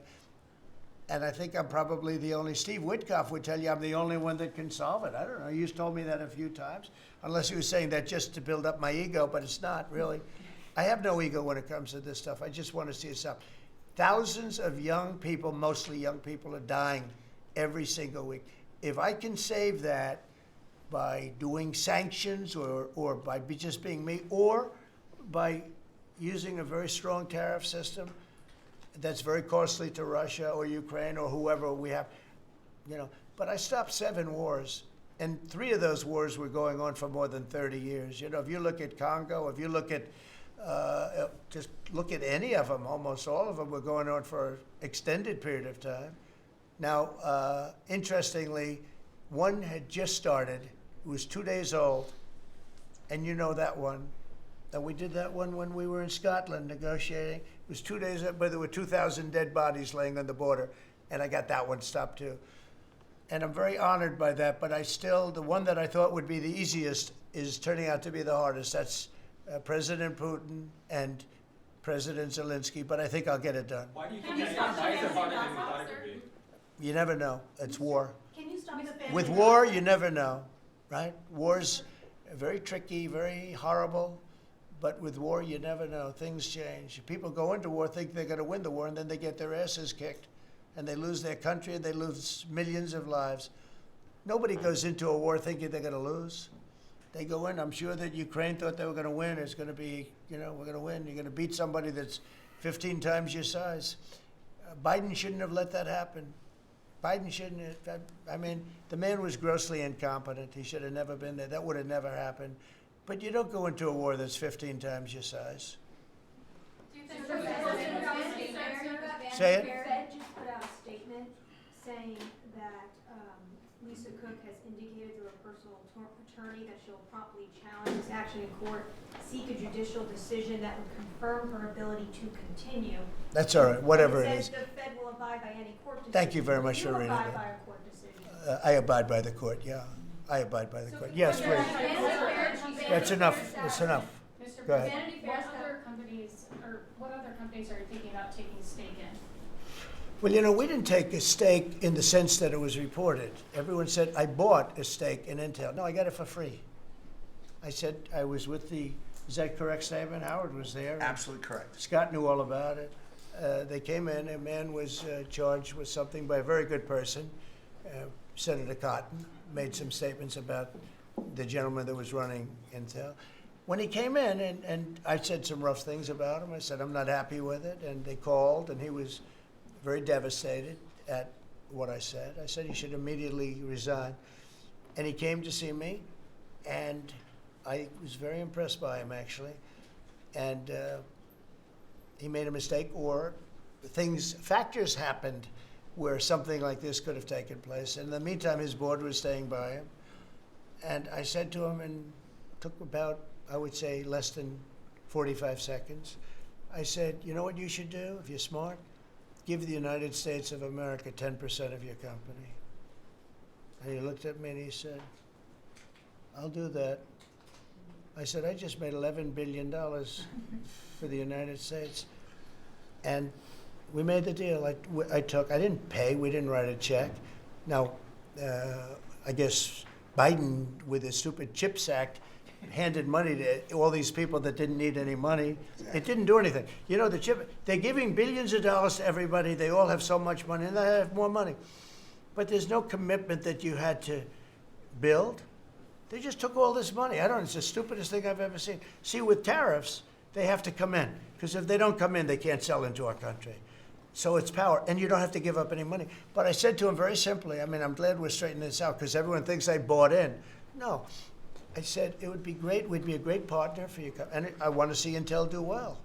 You know, Intel was a great company, and it can be a great company again. But I said, I think it would be good if we own 10% of your company. He said, I'll make that deal. And it happens to be worth $11 billion. So we made $11 billion for the country, and then I was criticized by some of the fake news media. That's not the American way. Actually, it is the American way. Now, if I can help other countries or do those deals with others, I would do that. I think it's great. It's good. Builds up our balance sheet. Let me tell you, our country is becoming very rich again. You don't see it. When the CBO came out on Friday and said, we just found $4 trillion, and that goes to reduce our deficit, $4 trillion, and it was from the tariffs. Our country is becoming very, very rich again. I hope you get used to it. You know, you're gonna have to get used to it. In addition to reducing the deficit, any update on your previous talking about potentially giving Americans a tariff rebate check? Any Well, update on that? we have a lot of money coming in, rebate check for the Americans, and it's coming in at tremendous numbers. Don't forget, I would say, Scott, we probably are talking about right now 50%, maybe even less than that. With all the money you're hearing is coming in, you're talking about, you know, a lot of it hasn't kicked in yet. And when it really kicks in is in 2 years when these plants are built and opened and the money starts pouring in, right? But, I mean, there's a concept of making you could call it a dividend, as we would say, making a dividend to the people in this country who have had to suffer through stupid leadership. And they paid a lot of taxes, and they got nothing for it. Or they got attacked like you were, okay, for it. No, there's a possibility. Primarily, we want to pay down debt, but there's a possibility that we take a piece of it and make a dividend to the people. Mr. President, I have a question for Steve Witkoff, if I may. Yeah. This past weekend, Sergei Lavrov was saying that Putin will not sign a peace deal with Zelensky because Russia views him as illegitimate. I'm just wondering if the Russians had been relaying this to your team, if they view Zelensky, as a leader worth signing a peace deal with, if they will go to the Doesn't matter table. what they say. Steve can answer, but I can answer too. Doesn't matter what they say. Everybody's posturing. It's all bullshit, okay? Everybody's posturing. Steve, do you have a different answer? I agree with you, sir. In this city, there are 500 people short on the police department, Metropolitan Police. In New York City, it's 3,000. In Chicago, it's 1,300. Would they have had to bring in troops from the National Guard if the police departments in this country were fully staffed? Defund the police. How bad did that turn out for America? It's an interesting question. I was surprised when I heard how many police were here. It's not a really big area. And I think they said they're down to 3,200 police or something like that. I said, that's a lot of police. And I was a little bit surprised because to me that's a big force. And it's not a big area, but it is what it is. There's a lot of crime. You have a lot of, don't forget, you have a lot of police that weren't allowed to do their job. When I came in, as you remember, we made tremendous strides in a little conflict that we had going at the time because I allowed our military to make the decision. I said, you can make any decision you want. I gave it to the colonels in the field. I gave it to the captains in the field. You remember that where everything went through Biden, meaning one of the people, and everything went through Obama before him. Everything went through. They had to make the decision as to whether or not to attack the Taliban. So they'd find 30 people together, they'd call up Washington, and they'd go to a political hack who knew nothing about it. My first night, I got that same call. They called me, and they said, we have I got a call at 3 o'clock in the morning because I listened to their system, and they were calling me, and they were asking me whether or not they could attack a group of people having to do with you-know-what war I'm talking about. And I said, I know nothing about this. Wait a minute. And then I said, who is he? Let me speak to the people calling. They're calling from Afghanistan. And I said, let me speak to the people. I want to speak to them. And it was a colonel. I said, where'd you go to school, Colonel? I went to West Point, sir. Were you a good student? I was, sir. I was a very good student. So you're calling the White House to ask for permission to attack, and by the time you get the answer, how long does it take? Sometimes 2 or 3 weeks.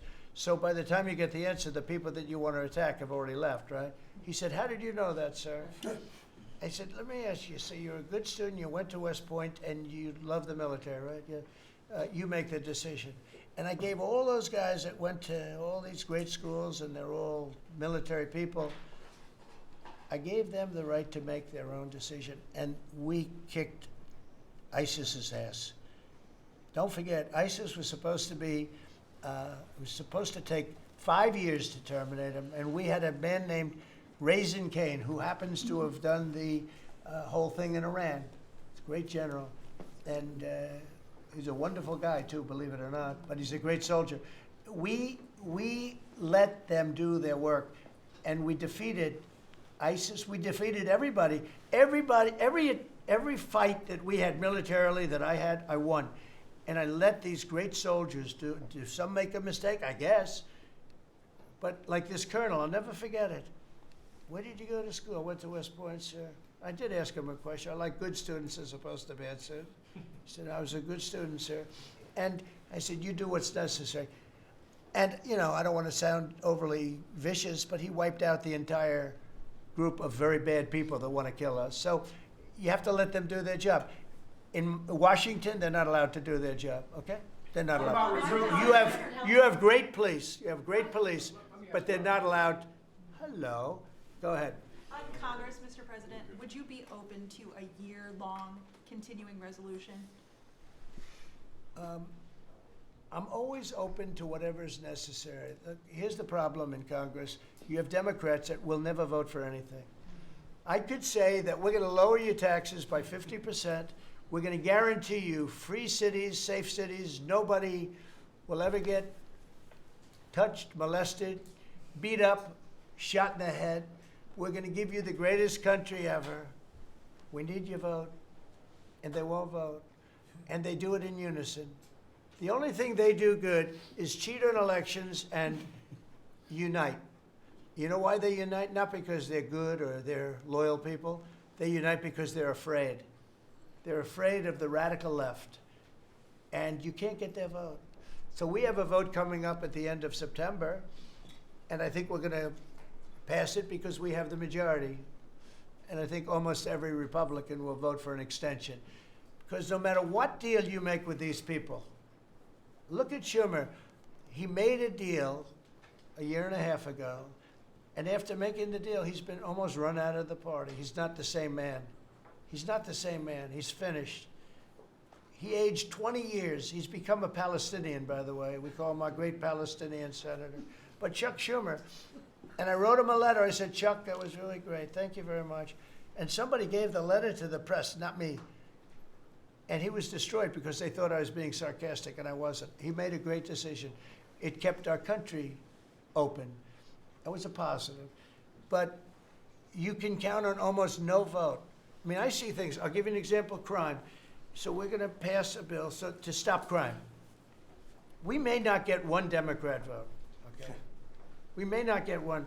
So when you say continuing resolution, I guess so, and it's going to be passed exclusively by Republicans. Mr. President, why do you use you mentioned in Iowa that you wanted to see some changes to the H-2A visa program for farm workers? Right. You mentioned in Iowa that you want to see changes. Do you want to see that before the fall harvest? Well, I love both groups, and we take care of our farmers, and we also take care of the people that want bad people out of our country. And we're working on something that's going to work really well. We take care of our farmers, but we also have to take care of those people that voted for me because they don't want criminals in our country. And we're working on something where we can take care of both. Mr. President, you were talking about the CBO report that two of your cabinet members were talking about. I remember back on Liberation Day, many of us reporters covered your detractors, people saying that it was going to explode the deficit and therefore explode the debt. Who all has called you to say I was wrong?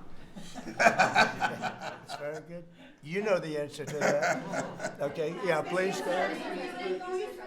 Governor Pritzker said yesterday that at a press conference that he would encourage nonviolent resistance to the National Guard if they were sent to Chicago. What's your response to that? He said what? That he would encourage nonviolent resistance if the National Guard is sent to Chicago. Look, this guy doesn't know what resistance is or nonviolent resistance is. He's a bad politician. It's amazing. I mean, if he didn't have the money, he wouldn't get any votes because there's no compelling reason to vote for him. The guy's a major loser. But it would be nice if he would call me. I would change my mind immediately. He said, you know, because everybody knows Chicago is a hellhole right now. Everybody knows it. It's not like he's saying, Chicago has much better numbers, right? Well, what's much better? You mean 100 people are going to be murdered? It's going to be much more than that. So I would have much more respect for Pritzker if he'd call me up and say, I have a problem. Can you help me fix it? I would be so happy to do it. I don't love, not that I don't have the right to do anything I want to do. I'm the President of the United States. If I think our country's in danger, and it is in danger in these cities, I can do it. No problem going in and solving, you know, his difficulties. But it would be nice if they'd call and they'd say, would you do it? And we do it in conjunction. Now, we work very well with the police because we naturally get along with the police. So the police and us work really well together, whether the mayor is opposed or whether, I mean, you have a really rotten mayor there, too. He's got a 6% approval rating in Chicago. And I see black women wearing a red MAGA hat last night on television. Please let the president come in. My son was attacked. You have a force of black women. They're like only Trump. They want Trump to come in. And you see them, they're all over the place in Chicago because they're afraid to go out and they don't want their son or their daughter killed, just like your parents didn't want you killed. And we have a tremendous, look, it's not about winning elections because we want to have nice, fair elections. It's not politics. We want to see a safe country. You have people that want to see a safe country, and they're great people. You have great people in Chicago. The mayor is at 6% approval. He's an incompetent man. He should have never been put in a position like that. He can't handle it. You have an incompetent governor there. You have an incompetent governor in California, Gavin. I know him very well. He's incompetent. He's a nice guy, looks good. Hi, everybody. How you doing? He's got some strange hand action going. I don't know what the hell his problem is. It's a little weird, to be honest. There's a little something shaky going on there. But, you know, all he has to do is call me and say, we have the Olympics coming up. We want to make it really good and safe. And I'll put some really good, great American patriots in there, and you won't have any problems. Don't forget, it's loaded up with some stone-cold killers, some really bad people, some people that were just born to be bad. They're criminals, bad criminals, dangerous. And we can solve the problem for them very quickly. Very quickly. Okay, you know what I think? I think this. You have not had this happen for 4 years. You sat and you'd ask one question to Biden, and it was always the ice cream question, right? What flavor ice cream do you like best? I like vanilla. And that was the end of the conference. I think now we've done enough. These people are very busy. I want to just thank, this is the greatest, this has never been done before. First of all, a cabinet meeting was sacred. You'd never let the fake news media in. But the fake news media isn't all fake. It's, a lot of it is, but it's not all. I think it's a great thing. I think maybe it's going to be done in the future. I hope it's going to be done. But you really get the word out. I mean, we had, each one of these people spoke. I think each one, if I thought one of them did badly, I would call that person out. I would say, Christy, what the heck are you doing? No, but no, seriously, you have a very talented group of people. They get along, they work along together. And there's something really nice about just, you know, the openness of what we're doing. It's government. It's an open government. That's what we are. And we haven't made too many mistakes. Maybe will, but we haven't made too many mistakes. We've called it right. And I think you can be very proud of your country. We are a respected country again. We are really, right now, respected at the highest level, and we're doing great. And we're a very rich country again, very rich. And that's a good thing, because when we're rich, we can take care of poor. And that's what we're doing. And we're taking care of crime. And I hope, just in finishing, I hope that Illinois, I hope that New York, I hope that California, I hope they call me and they say, I'd love to have you come in and help us out. I will be a totally different person with them. I will respect them for doing it. Thank you all very much. Thank you, everybody.